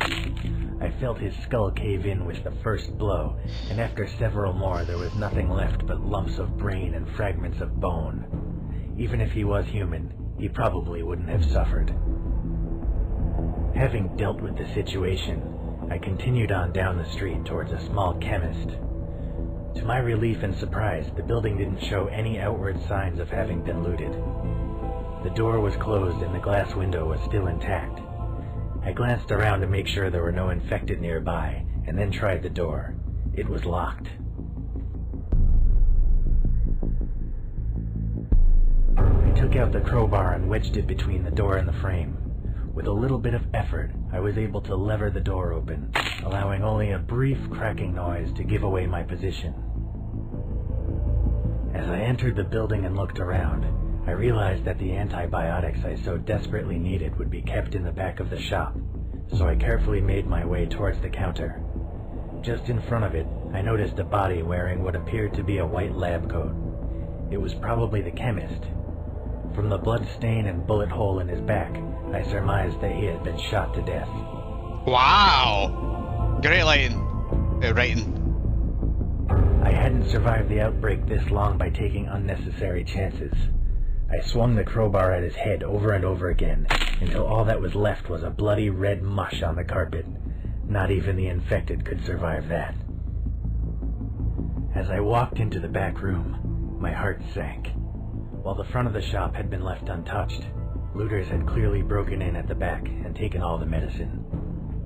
Most likely, drug addicts in search of a fix. I searched everywhere, but the only thing left was a few tubes of hemorrhoid cream. I made my way back to the front of the shop and realized that my mission was far from over. I wondered if I could find any extra supplies before continuing.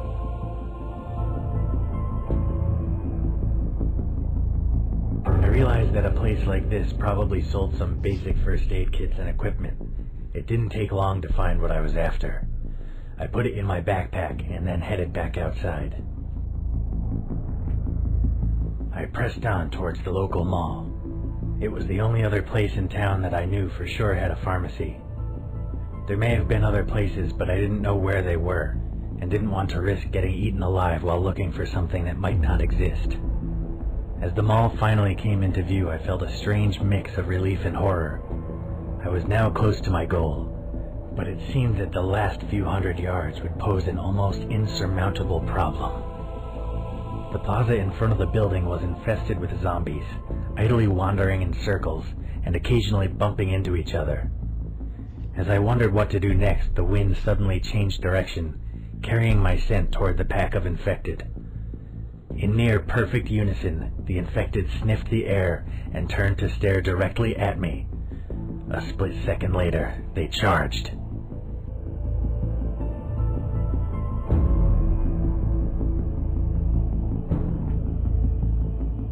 I knew I didn't stand a chance against the oncoming mob of post-human cannibals, so I turned on my heels and fled as quickly as I could. The infected were surprisingly fast on their feet, but luckily they struggled to avoid the mass of abandoned vehicles and debris that covered the road. I was able to lose most of them by running around the block, and those that still followed were quite a distance behind me. As I returned to the plaza, I realized that not many of the zombies had chased me as I had originally thought. Unable to reach the main entrance, and with the infected now approaching from all sides, I had no choice but to run down a small side alley. There was still a single doorway into the mall, and luckily it was still unlocked. I slammed the door shut behind me.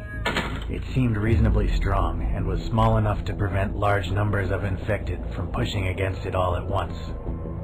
Still, leaving it as it was definitely posed a risk.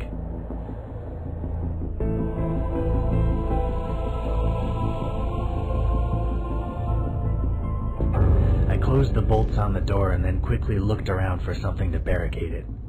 Luckily there was some old tables and chairs nearby, which I was easily able to wedge in front of the entrance.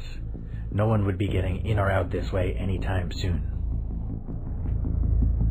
Now that I was reasonably sure that the infected wouldn't be getting into the building the same way I did, my attention turned to my new surroundings. I was in a long hallway with several storage rooms on either side. From the vague odor of damp and chemicals, I realized this was obviously some kind of basement used primarily by the cleaning staff. I could see a stairwell leading up to the main building at the end of the hall.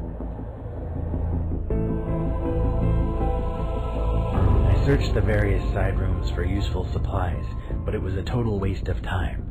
The only things that hadn't already been looted were mops and industrial cleaning products.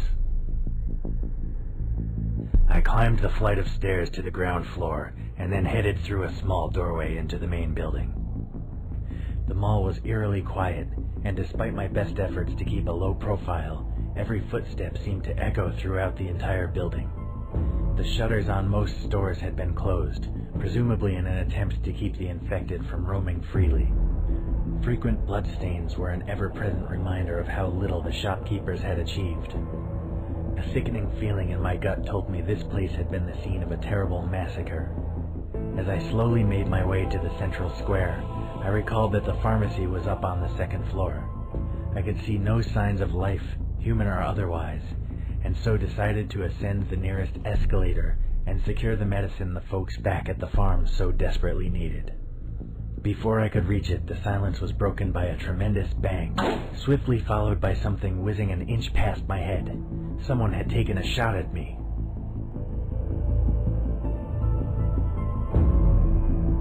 I called out, hoping to reason with whoever was shooting at me, but before I could finish the sentence, You're dead. several more I immediately dove for the nearest pillar as several more bullets were fired. Amazingly, I wasn't hit. The pillar offered temporary respite from my assailants, but it would only be a matter of time before they outflanked me. I couldn't see them, but I could hear them maneuvering on the floor above. I had to act fast if I was to have any chance of survival. I realized that they had me totally pinned down, and that my chances of surviving a firefight were slim. My only hope was to try and convince them to let me live. I cried, "I'm not infected," as loud as I could. There was a pause, followed by a voice full of fear and doubt. "Prove it." He ordered me to put my gun on the ground and step slowly out from behind the pillar with my hands up. I could see no alternative, and so I reluctantly did what I was told. As I stood defenseless in the open, I explained that I hadn't been bitten, and that I meant them no harm. The survivors whispered among themselves for a moment, before one of them asked me to take off my clothes so they could see for themselves. I undressed, and a man armed with a shotgun came down to inspect me. Finally satisfied that I wasn't about to eat them, the man asked me why I was here. I decided it was best if I told the survivors the truth from the beginning. They'd probably find out sooner or later anyway. As I put my clothes back on and picked up my equipment, I explained all about the fortified farm, the disease that plagued my family, and my quest for antibiotics. They seemed impressed by my bravery and allowed me to join them on the second floor. As I climbed the escalator, I realized just how wise my decision to surrender had been. There were at least 20 survivors in the building, with over half of them armed with shotguns or rifles. The rest had an assortment of vicious-looking melee weapons. As soon as I reached the top, I was directed toward their leader, a tall and muscular African-American who introduced himself as Ox. Ox told me that if I wanted his help and protection, or at least to be allowed to roam his mall freely, I had to earn it. Apparently there was no longer any power in the mall, and he wanted someone to head down to the basement and turn on the generator. The last man he sent never came back. I told him I'd be happy to help, but that I desperately needed some more equipment if I was going to survive. He grudgingly agreed and got one of his lackeys to hand over some ammo. I was then informed that I'd be taking a mechanic named Smith along with me, partly to fix the generator if it needed it, and partly to make sure I didn't try anything stupid. Smith and I went back down the escalator and through the door I had originally come through to the stairwell. We headed back down, and then Smith pointed out another doorway hidden under the stairs that I hadn't noticed before. carefully opened the door with my gun at the ready. Ox obviously thought this place was dangerous, so I kept my guard up. On the other side of the door it was pitch black. If there were any windows, they were small, and the curtains or blinds were closed. We listened carefully for any signs of the infected, but heard nothing.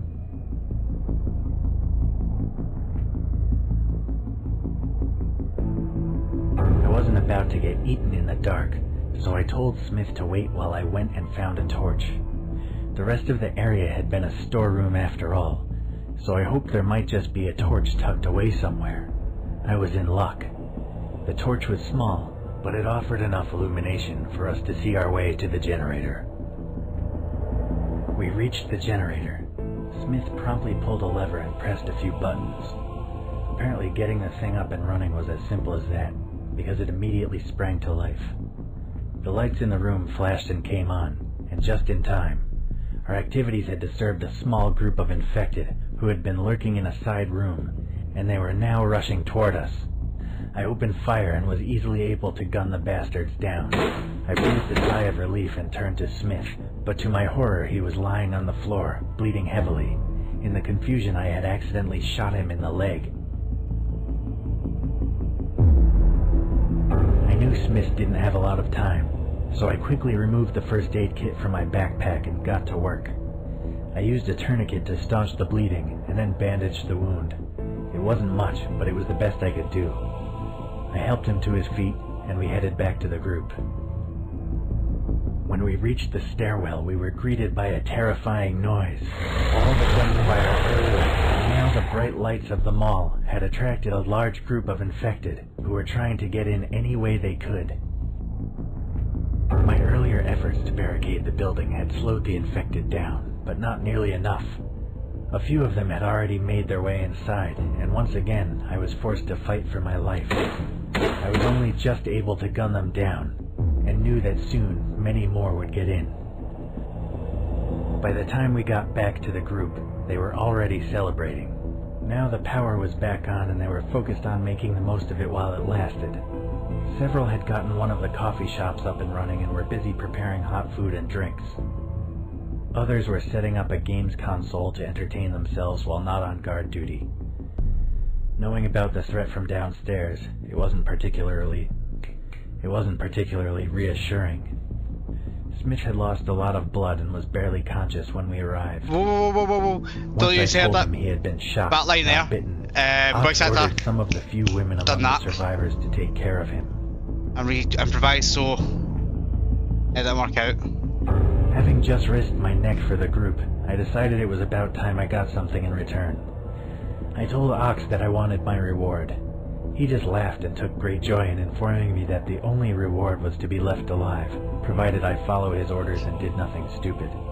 To ensure me that he'd made his point, he told me to get him a fresh cup of coffee. Before I could argue, this shit hit the fan. Suddenly, the basement door burst open, and a seemingly unstoppable horde of infected zombies charged through. The first wave was gunned down before they reached the escalator, but more and more of them just kept on coming. Every gun in the building was blazing while survivors armed with clubs and axes struggled to keep the tide of monsters from climbing the stairs.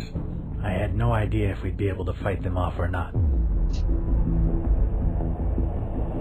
I knew there was no way we'd be able to fight off the infected horde.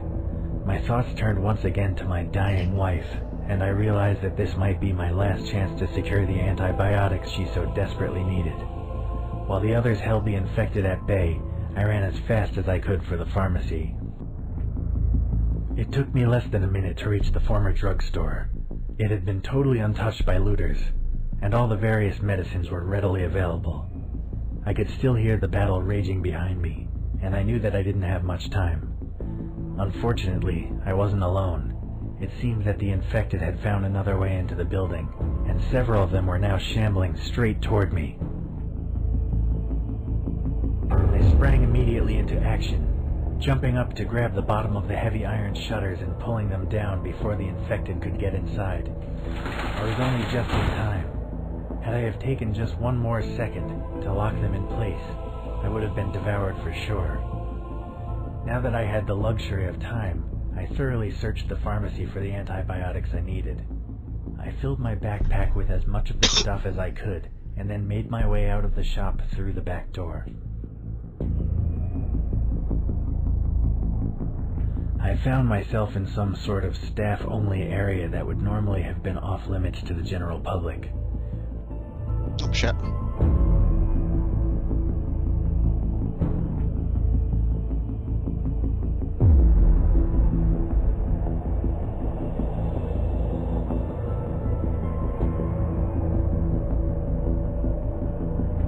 I couldn't get a clean shot at the zombie, so I resorted to wrestling the creature off of her.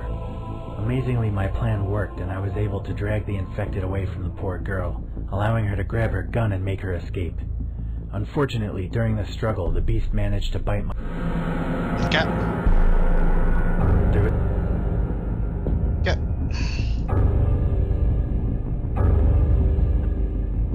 The bitch was probably going to die.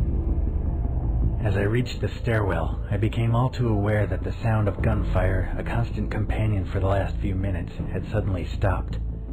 Had the survivors fought off the infected, or had they all been wiped out? I had no way of knowing either way.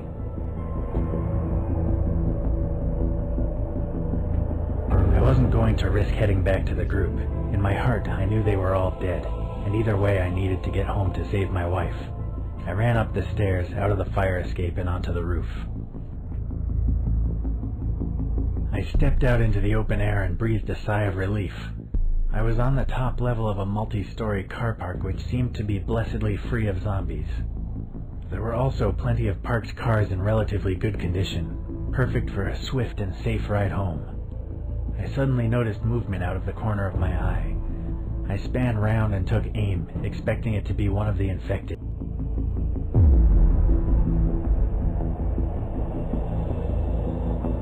As the zombie ran forward, I grabbed it by the neck with both hands. Realizing he'd be unable to bite me, I pushed him back with all my might, forcing him toward the railings. It took every ounce of strength that I had remaining, but I managed to shove the infected bastard over the edge. A few seconds later, I heard a sickening splat as his body hit the ground. Now that the immediate danger had been dealt with, I had to decide how best to get back to the ground floor. As I picked up my gun, I took another look around. There were plenty of parked cars that I could steal, and the other survivors had already begun hot wiring an SUV. I took the rope from my backpack and securely tied it around the railing on the edge of the building. I lowered myself over the edge and began to carefully climb down. As I got to the bottom, I realized that I had made a serious mistake. The rope I had didn't reach all the way to the ground, and I was forced to jump the last 10 feet. I landed awkwardly and broke the ankle of my right.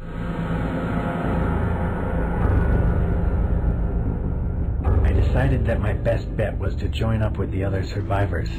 They seemed pleased to see another living human, and were totally overjoyed when I told them I had somewhere safe to go. Since I was the only one who knew the way, they let me drive. As we made our way down through the car park, we realized just how fortunate we had been. The place was crawling with infected, and there was no way we could have escaped on foot. I sped out of the car park, breaking through the wooden barrier and skidding out onto the main road. I chose the most direct route I could think of, back toward the compound, and drove as fast as I could. I didn't get far though. Not more than 2 blocks down the street, I came across the remains of a serious traffic accident. Several vehicles blockaded the road.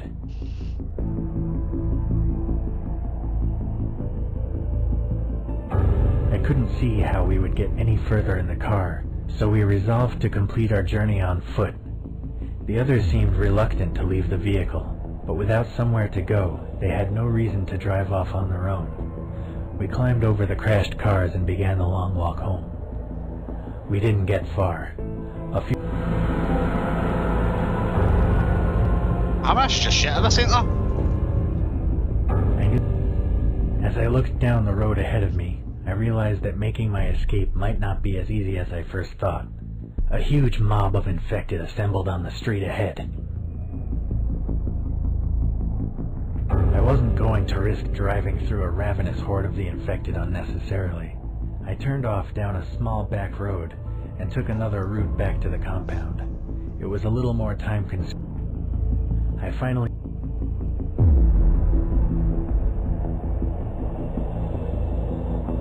I knew after a long and terrifying walk through the gloom of twilight, I finally arrived at my father-in-law's compound. I was mentally and physically exhausted and wanted nothing more than to crawl into bed, cuddle up to my wife, and fall into a deep sleep. I was expecting a far warmer welcome than I received.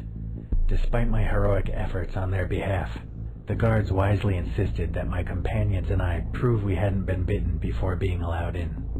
Once more I had to strip down to my skin to show that I would remain among the living. With the formalities over and done with, we were finally allowed inside. As soon as the gates were safely closed behind me, my father-in-law ran out from the farmhouse and uncharacteristically gave me a hug. Then he asked me about the medicine. I smiled and showed him the contents of my backpack. I had secured enough antibiotics to treat everyone who lived in the compound, myself included. We wasted no time in delivering them to everyone who needed it. Over the course of the next few days, the compound began to recover. With the exception of the 2 worst cases, everyone survived the illness and were soon back on their feet. Most importantly of all, I had saved my beautiful wife yet again. Survived day, yes. Got antibiotics, you're sort understandable, blah. Yeah. So yeah. We have just done Outbreak 1 and 2. I'm going to go for a quick pee again, so be right back.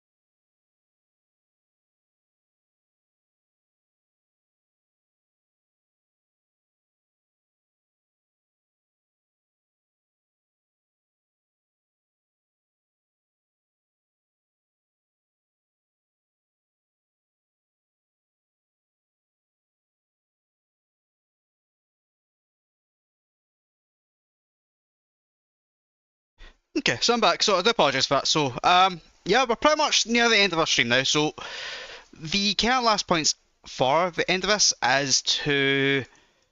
I'm going to put music on while I'm at it.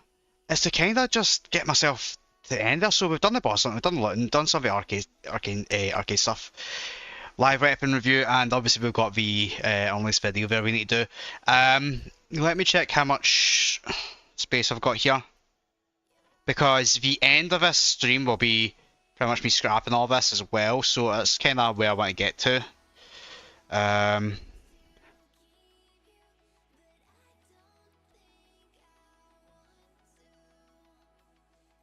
So yeah, so let's do our runs here and finish this off, and we'll get into the arcade stuff here, because there's stuff in here I want to show off.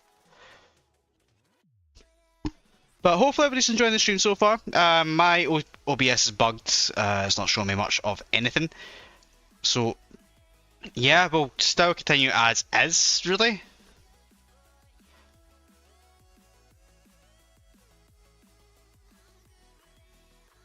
Oh, so that being said, if anyone's interested, I do have a Discord server set up. It's actually in the description, so if anyone wants to join, please feel free to do so. Post updates in there and spoiler stuff at the same time, so it might be worth even checking it out every now and again. Now that we're in here, we actually get stuff spawn in, but we don't want to spawn in, like these zombies, so we'll just take these out if we can.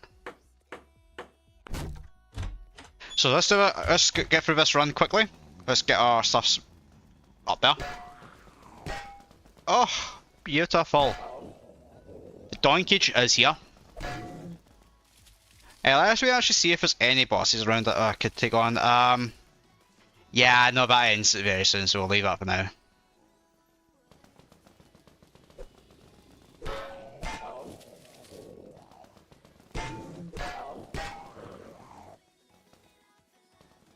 But yeah, it's been quite a quiet stream, so it's not as anticipated. But again, what do I expect for Saturday? Different here. Doesn't seem to be as busy unless it's got either a giveaway in the title or something. So yeah, it's kind of interesting, actually. Guarantee, see if I put giveaway in the titles, I would have a lot more people watching, ironically. And that's maybe what I'll need to start doing as well.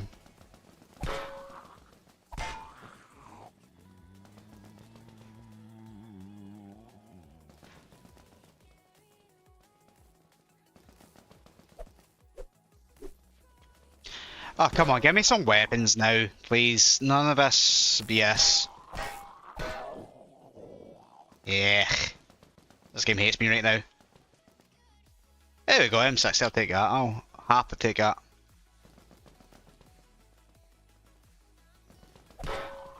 Doink. A katana, we'll take every single weapon here we're going to take. We're going to scrap it, really. Unless it's a red or something spectacular. If it's a blue, I'll probably use it as scrap material for... Yeah, I'll take engagement ring, why not? I'll probably use it for my energy cells because that's one of the things I will be needing. Since I'm doing the shotgun mastery with the Cryostorm. At some point I will need to make another tips and tricks video because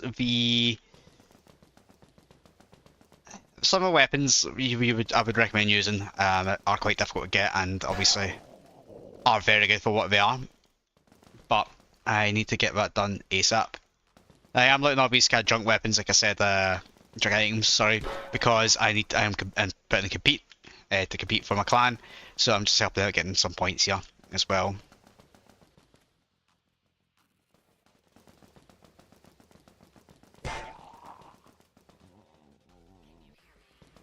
But on the other hand, we have some good news as well, which I've just noticed. We have hit the goal for this for what I wanted for the end of this month. We got 152 subscribers, which is fantastic. Because then obviously I started this back in July, and it's been one of those things I've just kind of passively doing. So like I said, the goal is to get 300,000 watch hours and 500 subs by July. So that'd be a whole year since obviously I've actually started making content. That would be the trifecta of peak gaming, I guess, for CS, for the frontier for me. Obviously that might not happen. If that's the case, then I need to take a step back and figure out what I'm going to be doing. Because this was just a passive thing, but having that kind of goal, it's going to be fun in games to be disappointed with that. Obviously, you don't want to be disappointed, like nobody does, but we'll have to see how things go.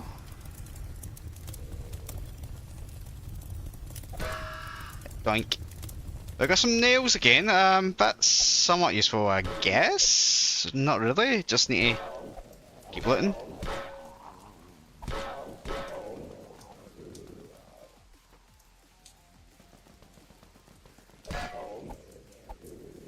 That's a good mastercraft there.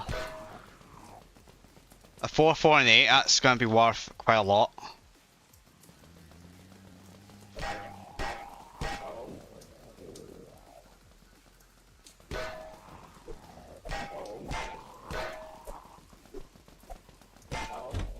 I just love that sound, it's so good.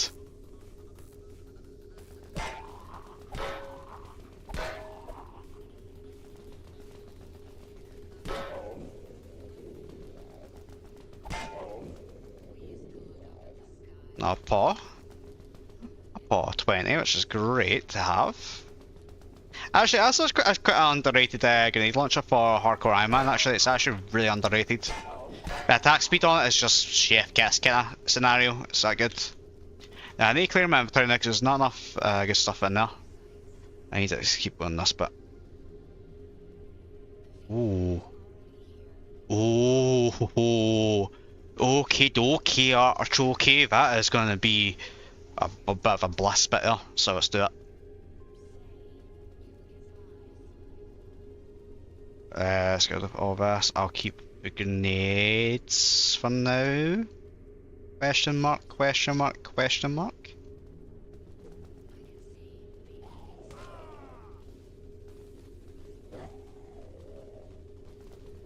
I got rid of him. Get rid of that. So what I'm gonna do, there is actually a boss up one from here, so I'll go fight them as well. So down here, then I'll go up, because I need to come back down anyways to also look this area again.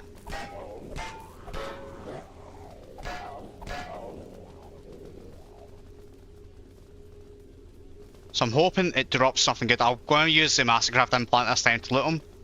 Obviously that's why I'm keeping the Valkyrie on, because obviously as you've seen, over the short fuse crossbow it's faster than it, so it could create a heat shield basically, back into a DK scenario. So I'd definitely rather that. Oh, so he moved me off it by the way. Out of all the collision, he moved me off it.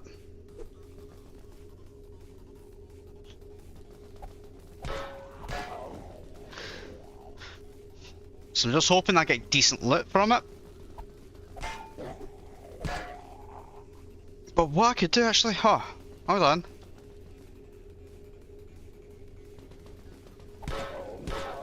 That's gonna sound stupid, but I think I could.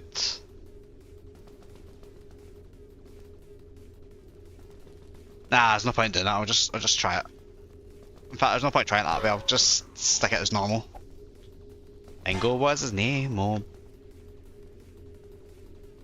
Don't know why, but see every time I hear us get try and hit something, I think there's a nursery rhyme that it can be doing, like Mary had a little lamb kind of thing.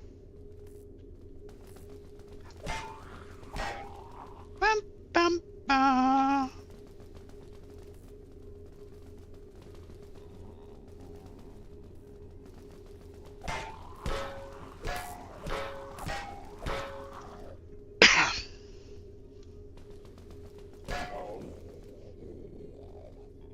Katana, I'll take that. I've got a lot of 55s here, so I'll just get rid of them. I'll keep those 2 grenades. Keep a gauge ring because I can scrap it at least. Bring everything down so everything I need to get scraps on this side. Makes my life so much easier. Yeah.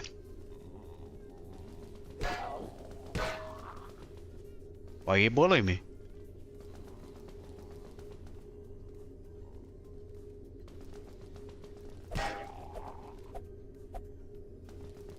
What in the physics?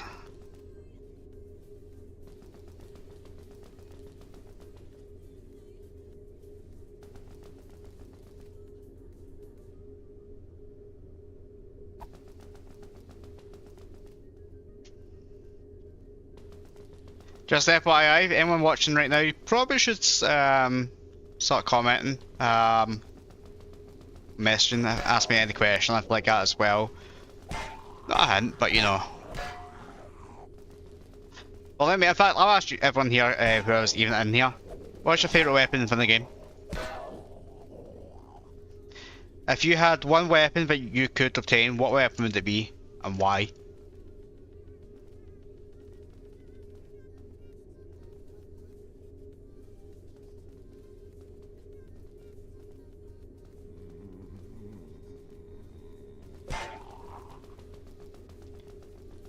Mine's would be the Type 2 again.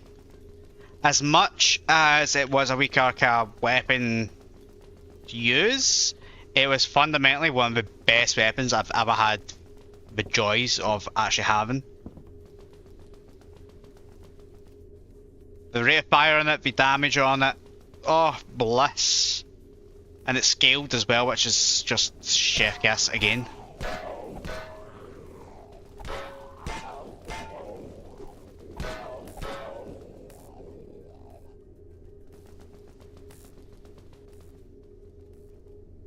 Right, on your marks, get set, we're gonna kill some zombies. Okay, let's stop. Let's go. Let's loot this quickly. Man, we're fighting some bosses.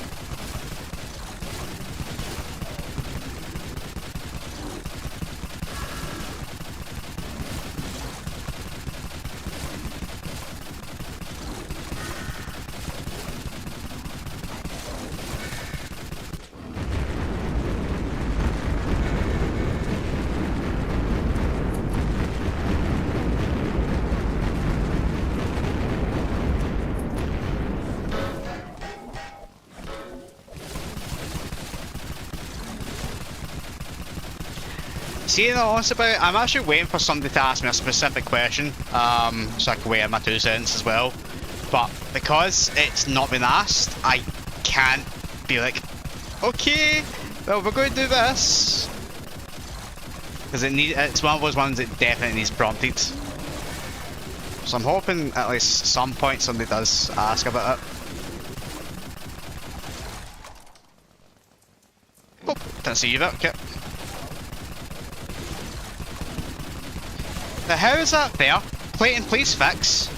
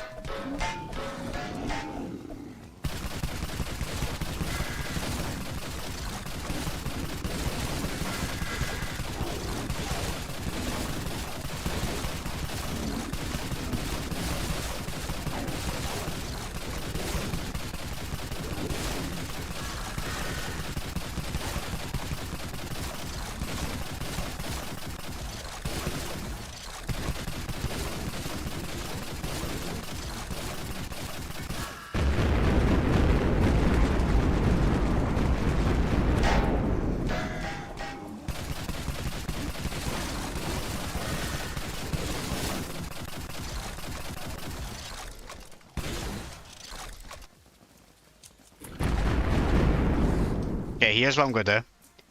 So, we're on my looting implants, right? And because I've just killed those bosses, I'm going to pull out the Slayer. I'm going to exchange it for the Hardcore Iron Man one I've got.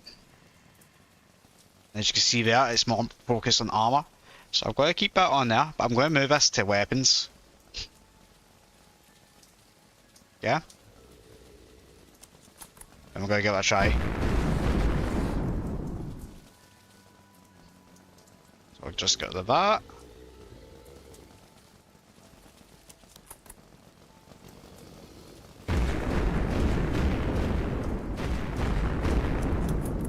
Come on, I need to outrun this so I can get there.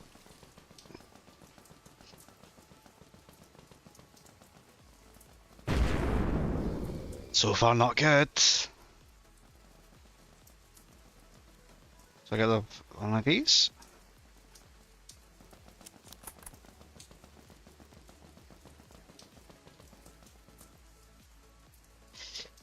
They're not good. This is just reinforcing how shit the Slayer implant is. Last one's over here, so let's hope for something amazing.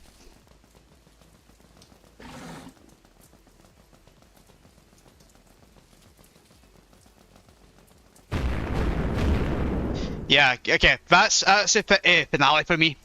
The Slayer implant is a pile of shit. I would never... Yeah, I can never recommend anyone buying it. That's an honest deal for it, but hey, the more we know. But hey, we'll take the grabbies and go.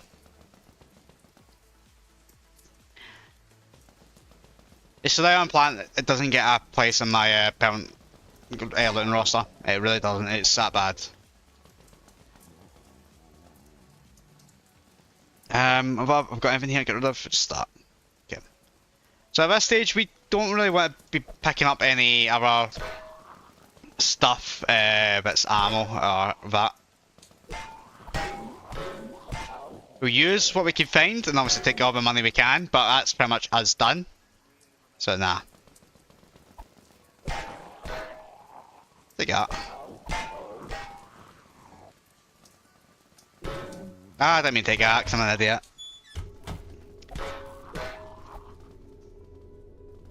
I'll use that heal, but I'll need to get rid of that other stuff there. Combat menu, we don't need it. Get in the bin. I'll use it actually. BSS, I'll take that. of this. Nah, I don't need any gas. Don't need another battle axe. I'm at a stage where I just want to get this omen done with and go. I'll take that, it's not bad craft.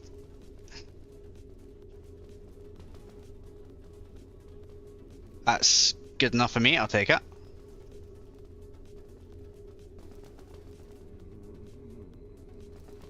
Now we are potentially just going to need to buy some stuff to scrap anyway, so at the end of this might be the last run anyway. Nah, I don't want that. Do anything with that. Don't want to do anything with that either. Same again. Same again.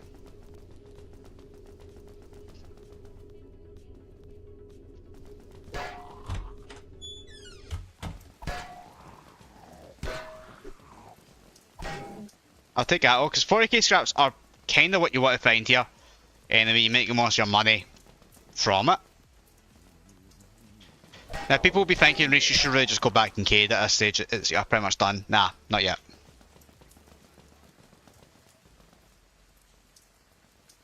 Here we go. So that's another good craft there. So we'll take that and scrap one of our katanas. That's pretty much why I mimic the mass craft implant. When it hits, it equals to be a lot better than the other stuff you can get. And if you're already filling up an inventory worth of scrap stuff and half it's mass crafted, you're goddamn sure you're going to have a lot more money for it. So I don't need to take that because I've got everything I need. I'll use that.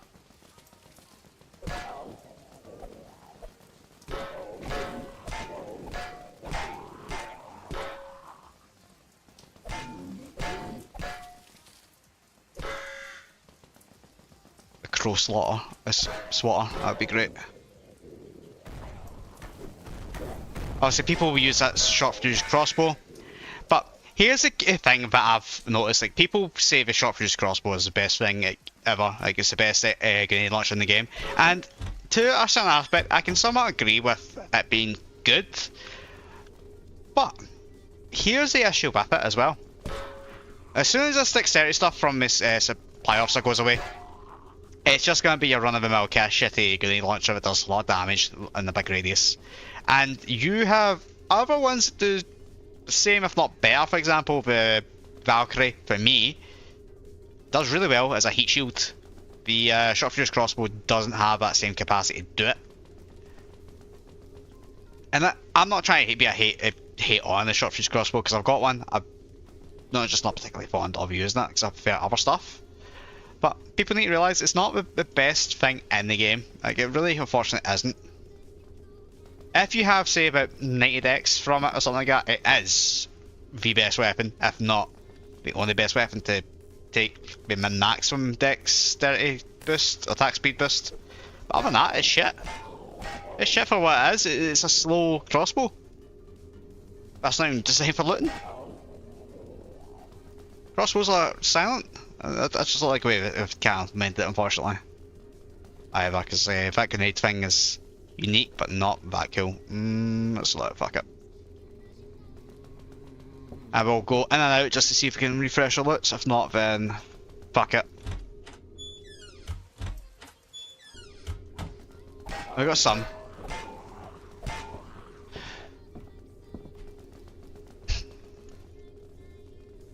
Brain David, nah, we're not taking shit. I'll take it, I'm happy with that.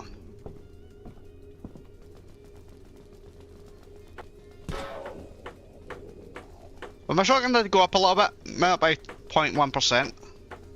I'll take that, that's good.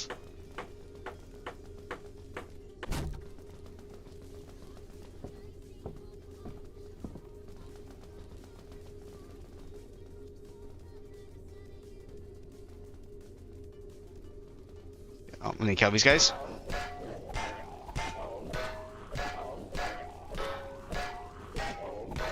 All of this issue because this guy sitting here. That's FYI, that's the issue. Okay, let's go. So, we've got so much things to close here, so let's do that.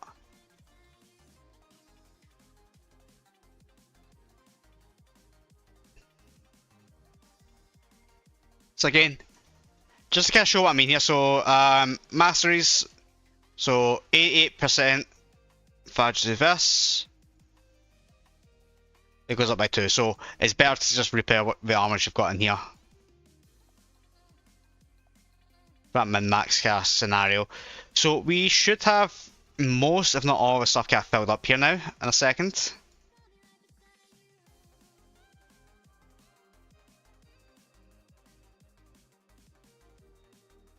I mean that.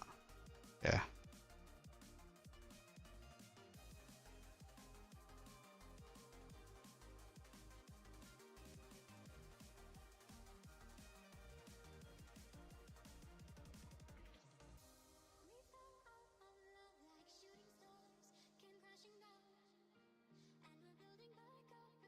Oh, we might have one more look running.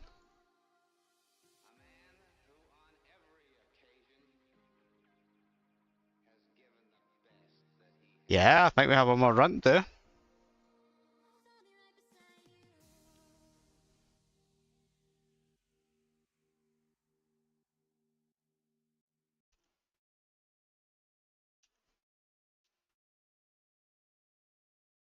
And obviously the last of the cast storage space here, so we will definitely do another run. That's fine. I'll take it.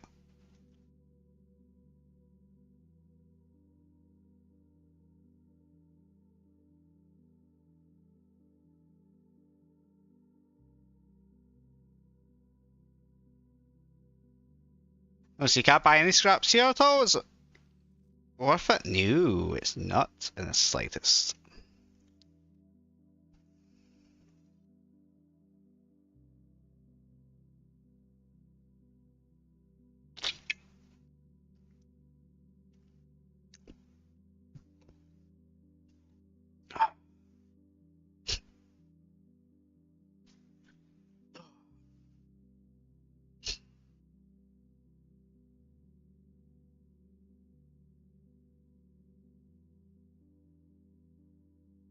Check stuff in here.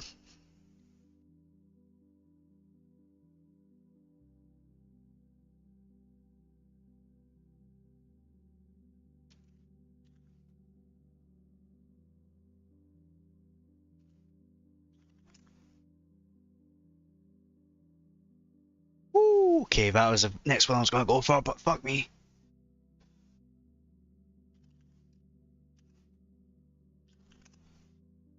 How much fees? Oh shit, I got scammed. Well, after that. I don't think so. They are definitely less, Jesus. Okay.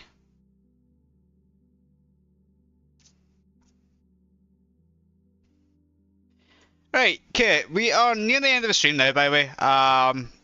5 minutes left. I mean, I'll extend it for a little bit longer. I want to finish off this looting and get myself back to the Valkyrist at the same time. In fact, I'll just do it off stream. There's no point making you suffer from that. But yeah, what we're going to do now is something a little bit more different as well. I am going to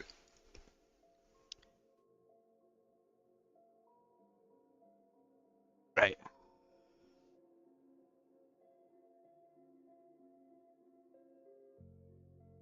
Right, okay, so we are going to do the arcade, well, one of the arcade things right now, just so I can show off what I've been working on as well lately. Now, not a lot of people will enjoy this because it's one of those ones you'll shove on the background. It should have been a short reel kind of thing, but the way I done that wasn't the case. So in arcade, we have these kind of different games here. That's different parts. So night 1, night 2, night 3, night 4 is technically the outpost attacks, and the corner shop, which is a survival thing, which is pretty similar to the introduction video here, basically. We will play night 1, and we will hopefully enjoy it.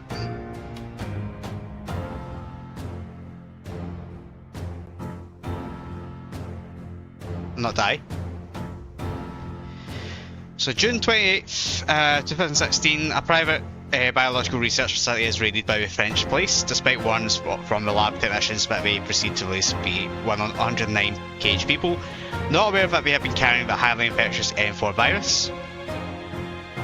July 2nd, 2016.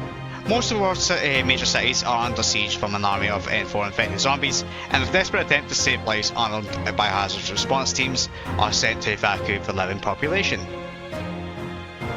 July 5th, 2016. Your team is ambushed by a horde of infected, heavily outnumbered. You have barely managed to escape with your life. Your teammates were not so lucky. Alone, you take shelter in an abandoned cottage. You know it won't be long before the infected find you.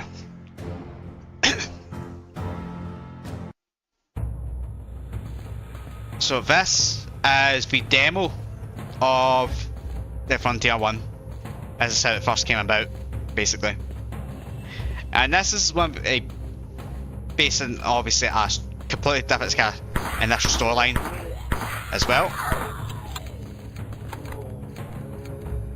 And obviously your whole point here is just to survive. As a demo for a game, it works out.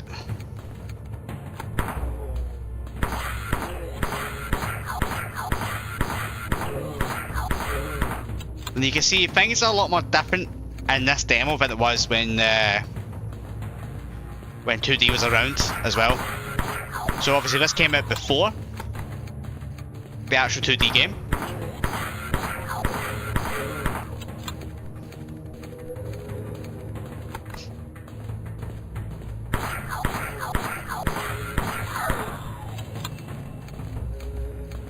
So just gotta look around the place. So you got your kitchen,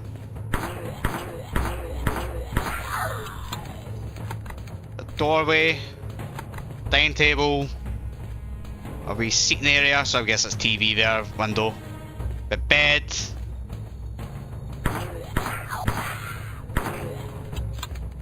I pressed that by accident. You can see obviously me getting hit there, duh.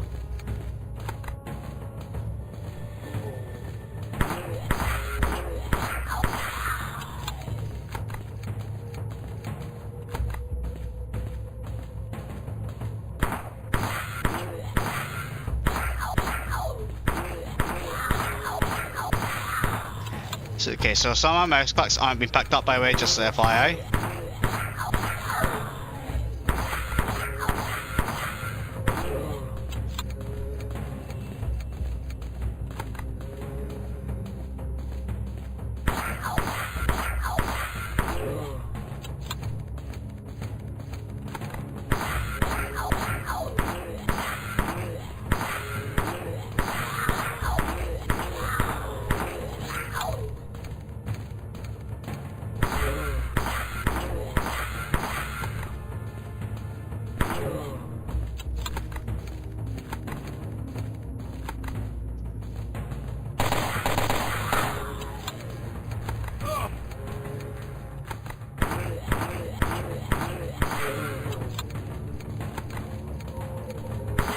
So we're now green.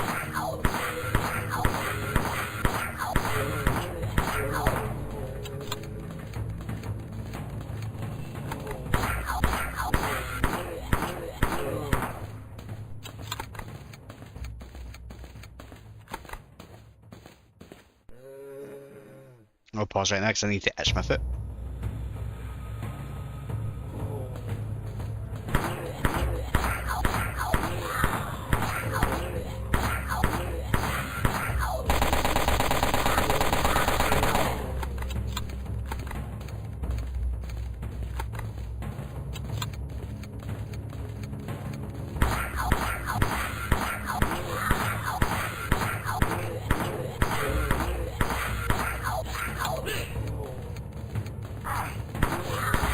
I'm also reloading, you can't actually swap weapon either, which is quite annoying.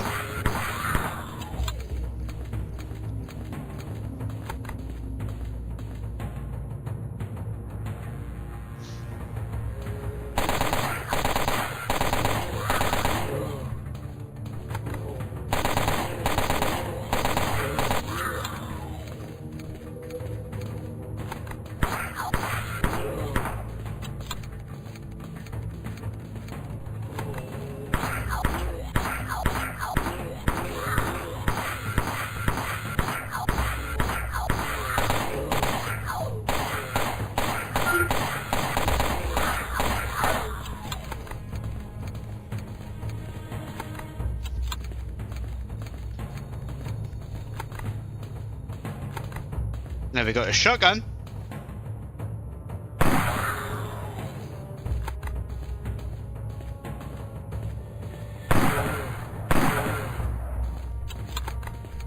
We got red runners now.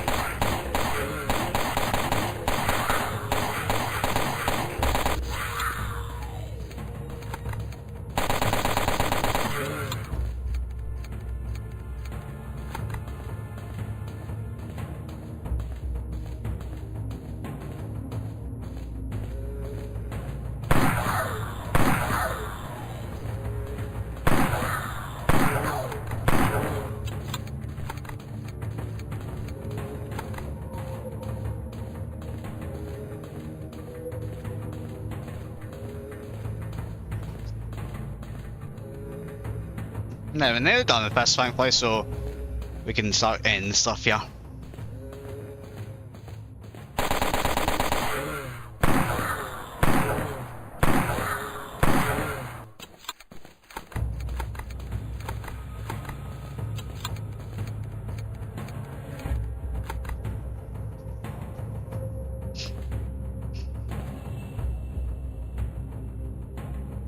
You probably noticed the model in this game is actually a lot more different than it was in the actual 2D environment as well.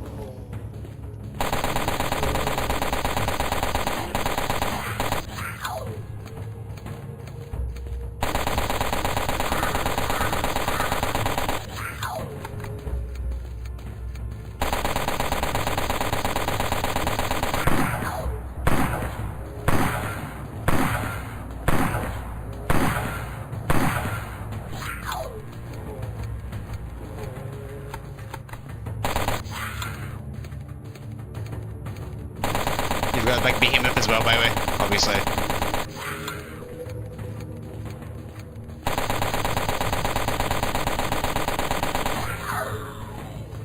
That's us.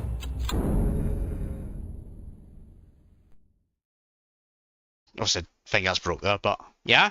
So that's night one. So obviously, comparing that to what we've just taken there. So I have. Let me just do a few things here.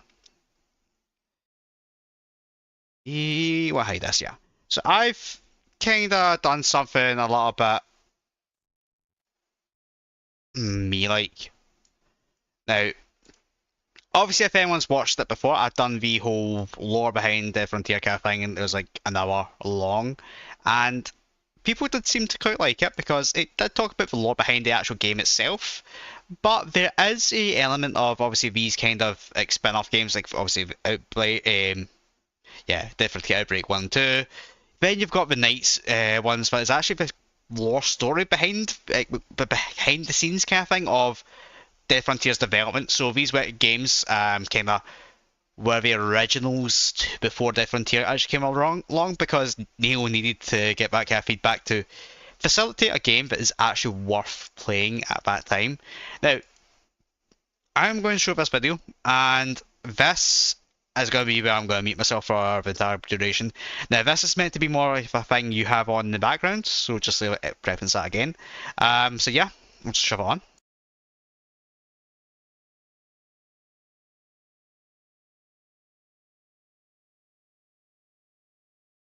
I keep thinking about how fast it happened. 1 minute we were assigned another job. Rumors spread that a biological facility was raided in France. People were caged, test subjects. By the time it hit the news, it was already too late. Cities were locked down. Soldiers and emergency services flooded the streets. People screaming behind barriers, begging to be let through. My team was sent to Fairview to help evacuate the living population, but we were ambushed by people suddenly turning. My team didn't make it out. I ran until my legs gave in. I was able to get to Raven Ridge just outside of the city. When it got dark, I found this cabin. The boards were already here, nailed to the windows, almost like someone knew what night would bring.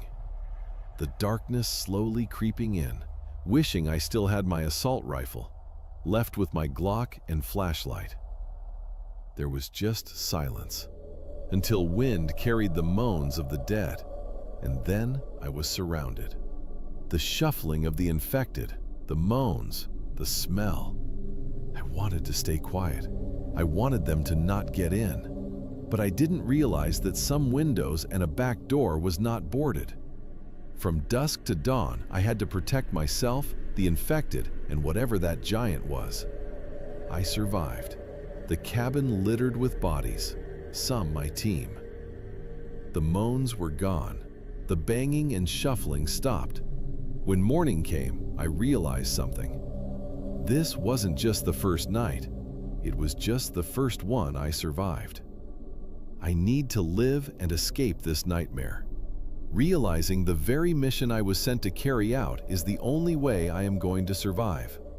I need to go back into the city. And yeah, that's it basically. So, doesn't seem like much. Obviously, the script and that was kind of based on night one.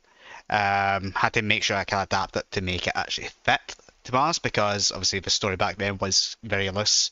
But it sets it up because night 1, 2, and 3 are a big free part of the demos, and it ultimately brings it to a conclusion of this one particular person's story in a sense. So these kind of mini videos I'm doing, again, like I said, they should have been shorts, but you know what I'm like. They will ultimately kind of get to that point where they are like the story behind them in that sense. There is a lot of embellishment in it to make it kind of just work a lot better, but again, that's something that I'm working on, or have been working on for the past month or so, just to try to get this script as best as I can, as well as some of the visuals as well. I was thinking about seeing what I can do with getting some like animated kind of video of that kind of thing. Well, not animated, but obviously some movement motion videos, but it's going to be a bit more difficult than I thought. But no guys, I want to thank everyone who has popped by. Obviously it has been a very quiet stream this time. Unfortunately, to kind of just confirm what I've realised as well, that these streams won't get any views without mentioning the giveaway. So unfortunately, I did have something running for the past 30 minutes or so, just to kind of show you as well, because it's a bit disheartening. So this has been kind of ongoing for the past 15, 20, in fact the last hour actually when I'm looking at it. And obviously it's dead. So unless I mention there's a giveaway going on, it's not going to get touched at all. But no guys, I'm going to jump off. Hope you guys enjoyed the stream at least. This will be like a VOD anyway, so it is available on the channel. But the night 1 thing is going to be released. I think I might actually release it tomorrow to start off with, and then go from there. I still need to do night 3, so it's going to take a bit of time. So I think I might actually, in fact, I should wait till I get that done. But yeah, for now, guys, I'm going to go. I hope you guys enjoyed this yourselves, and I shall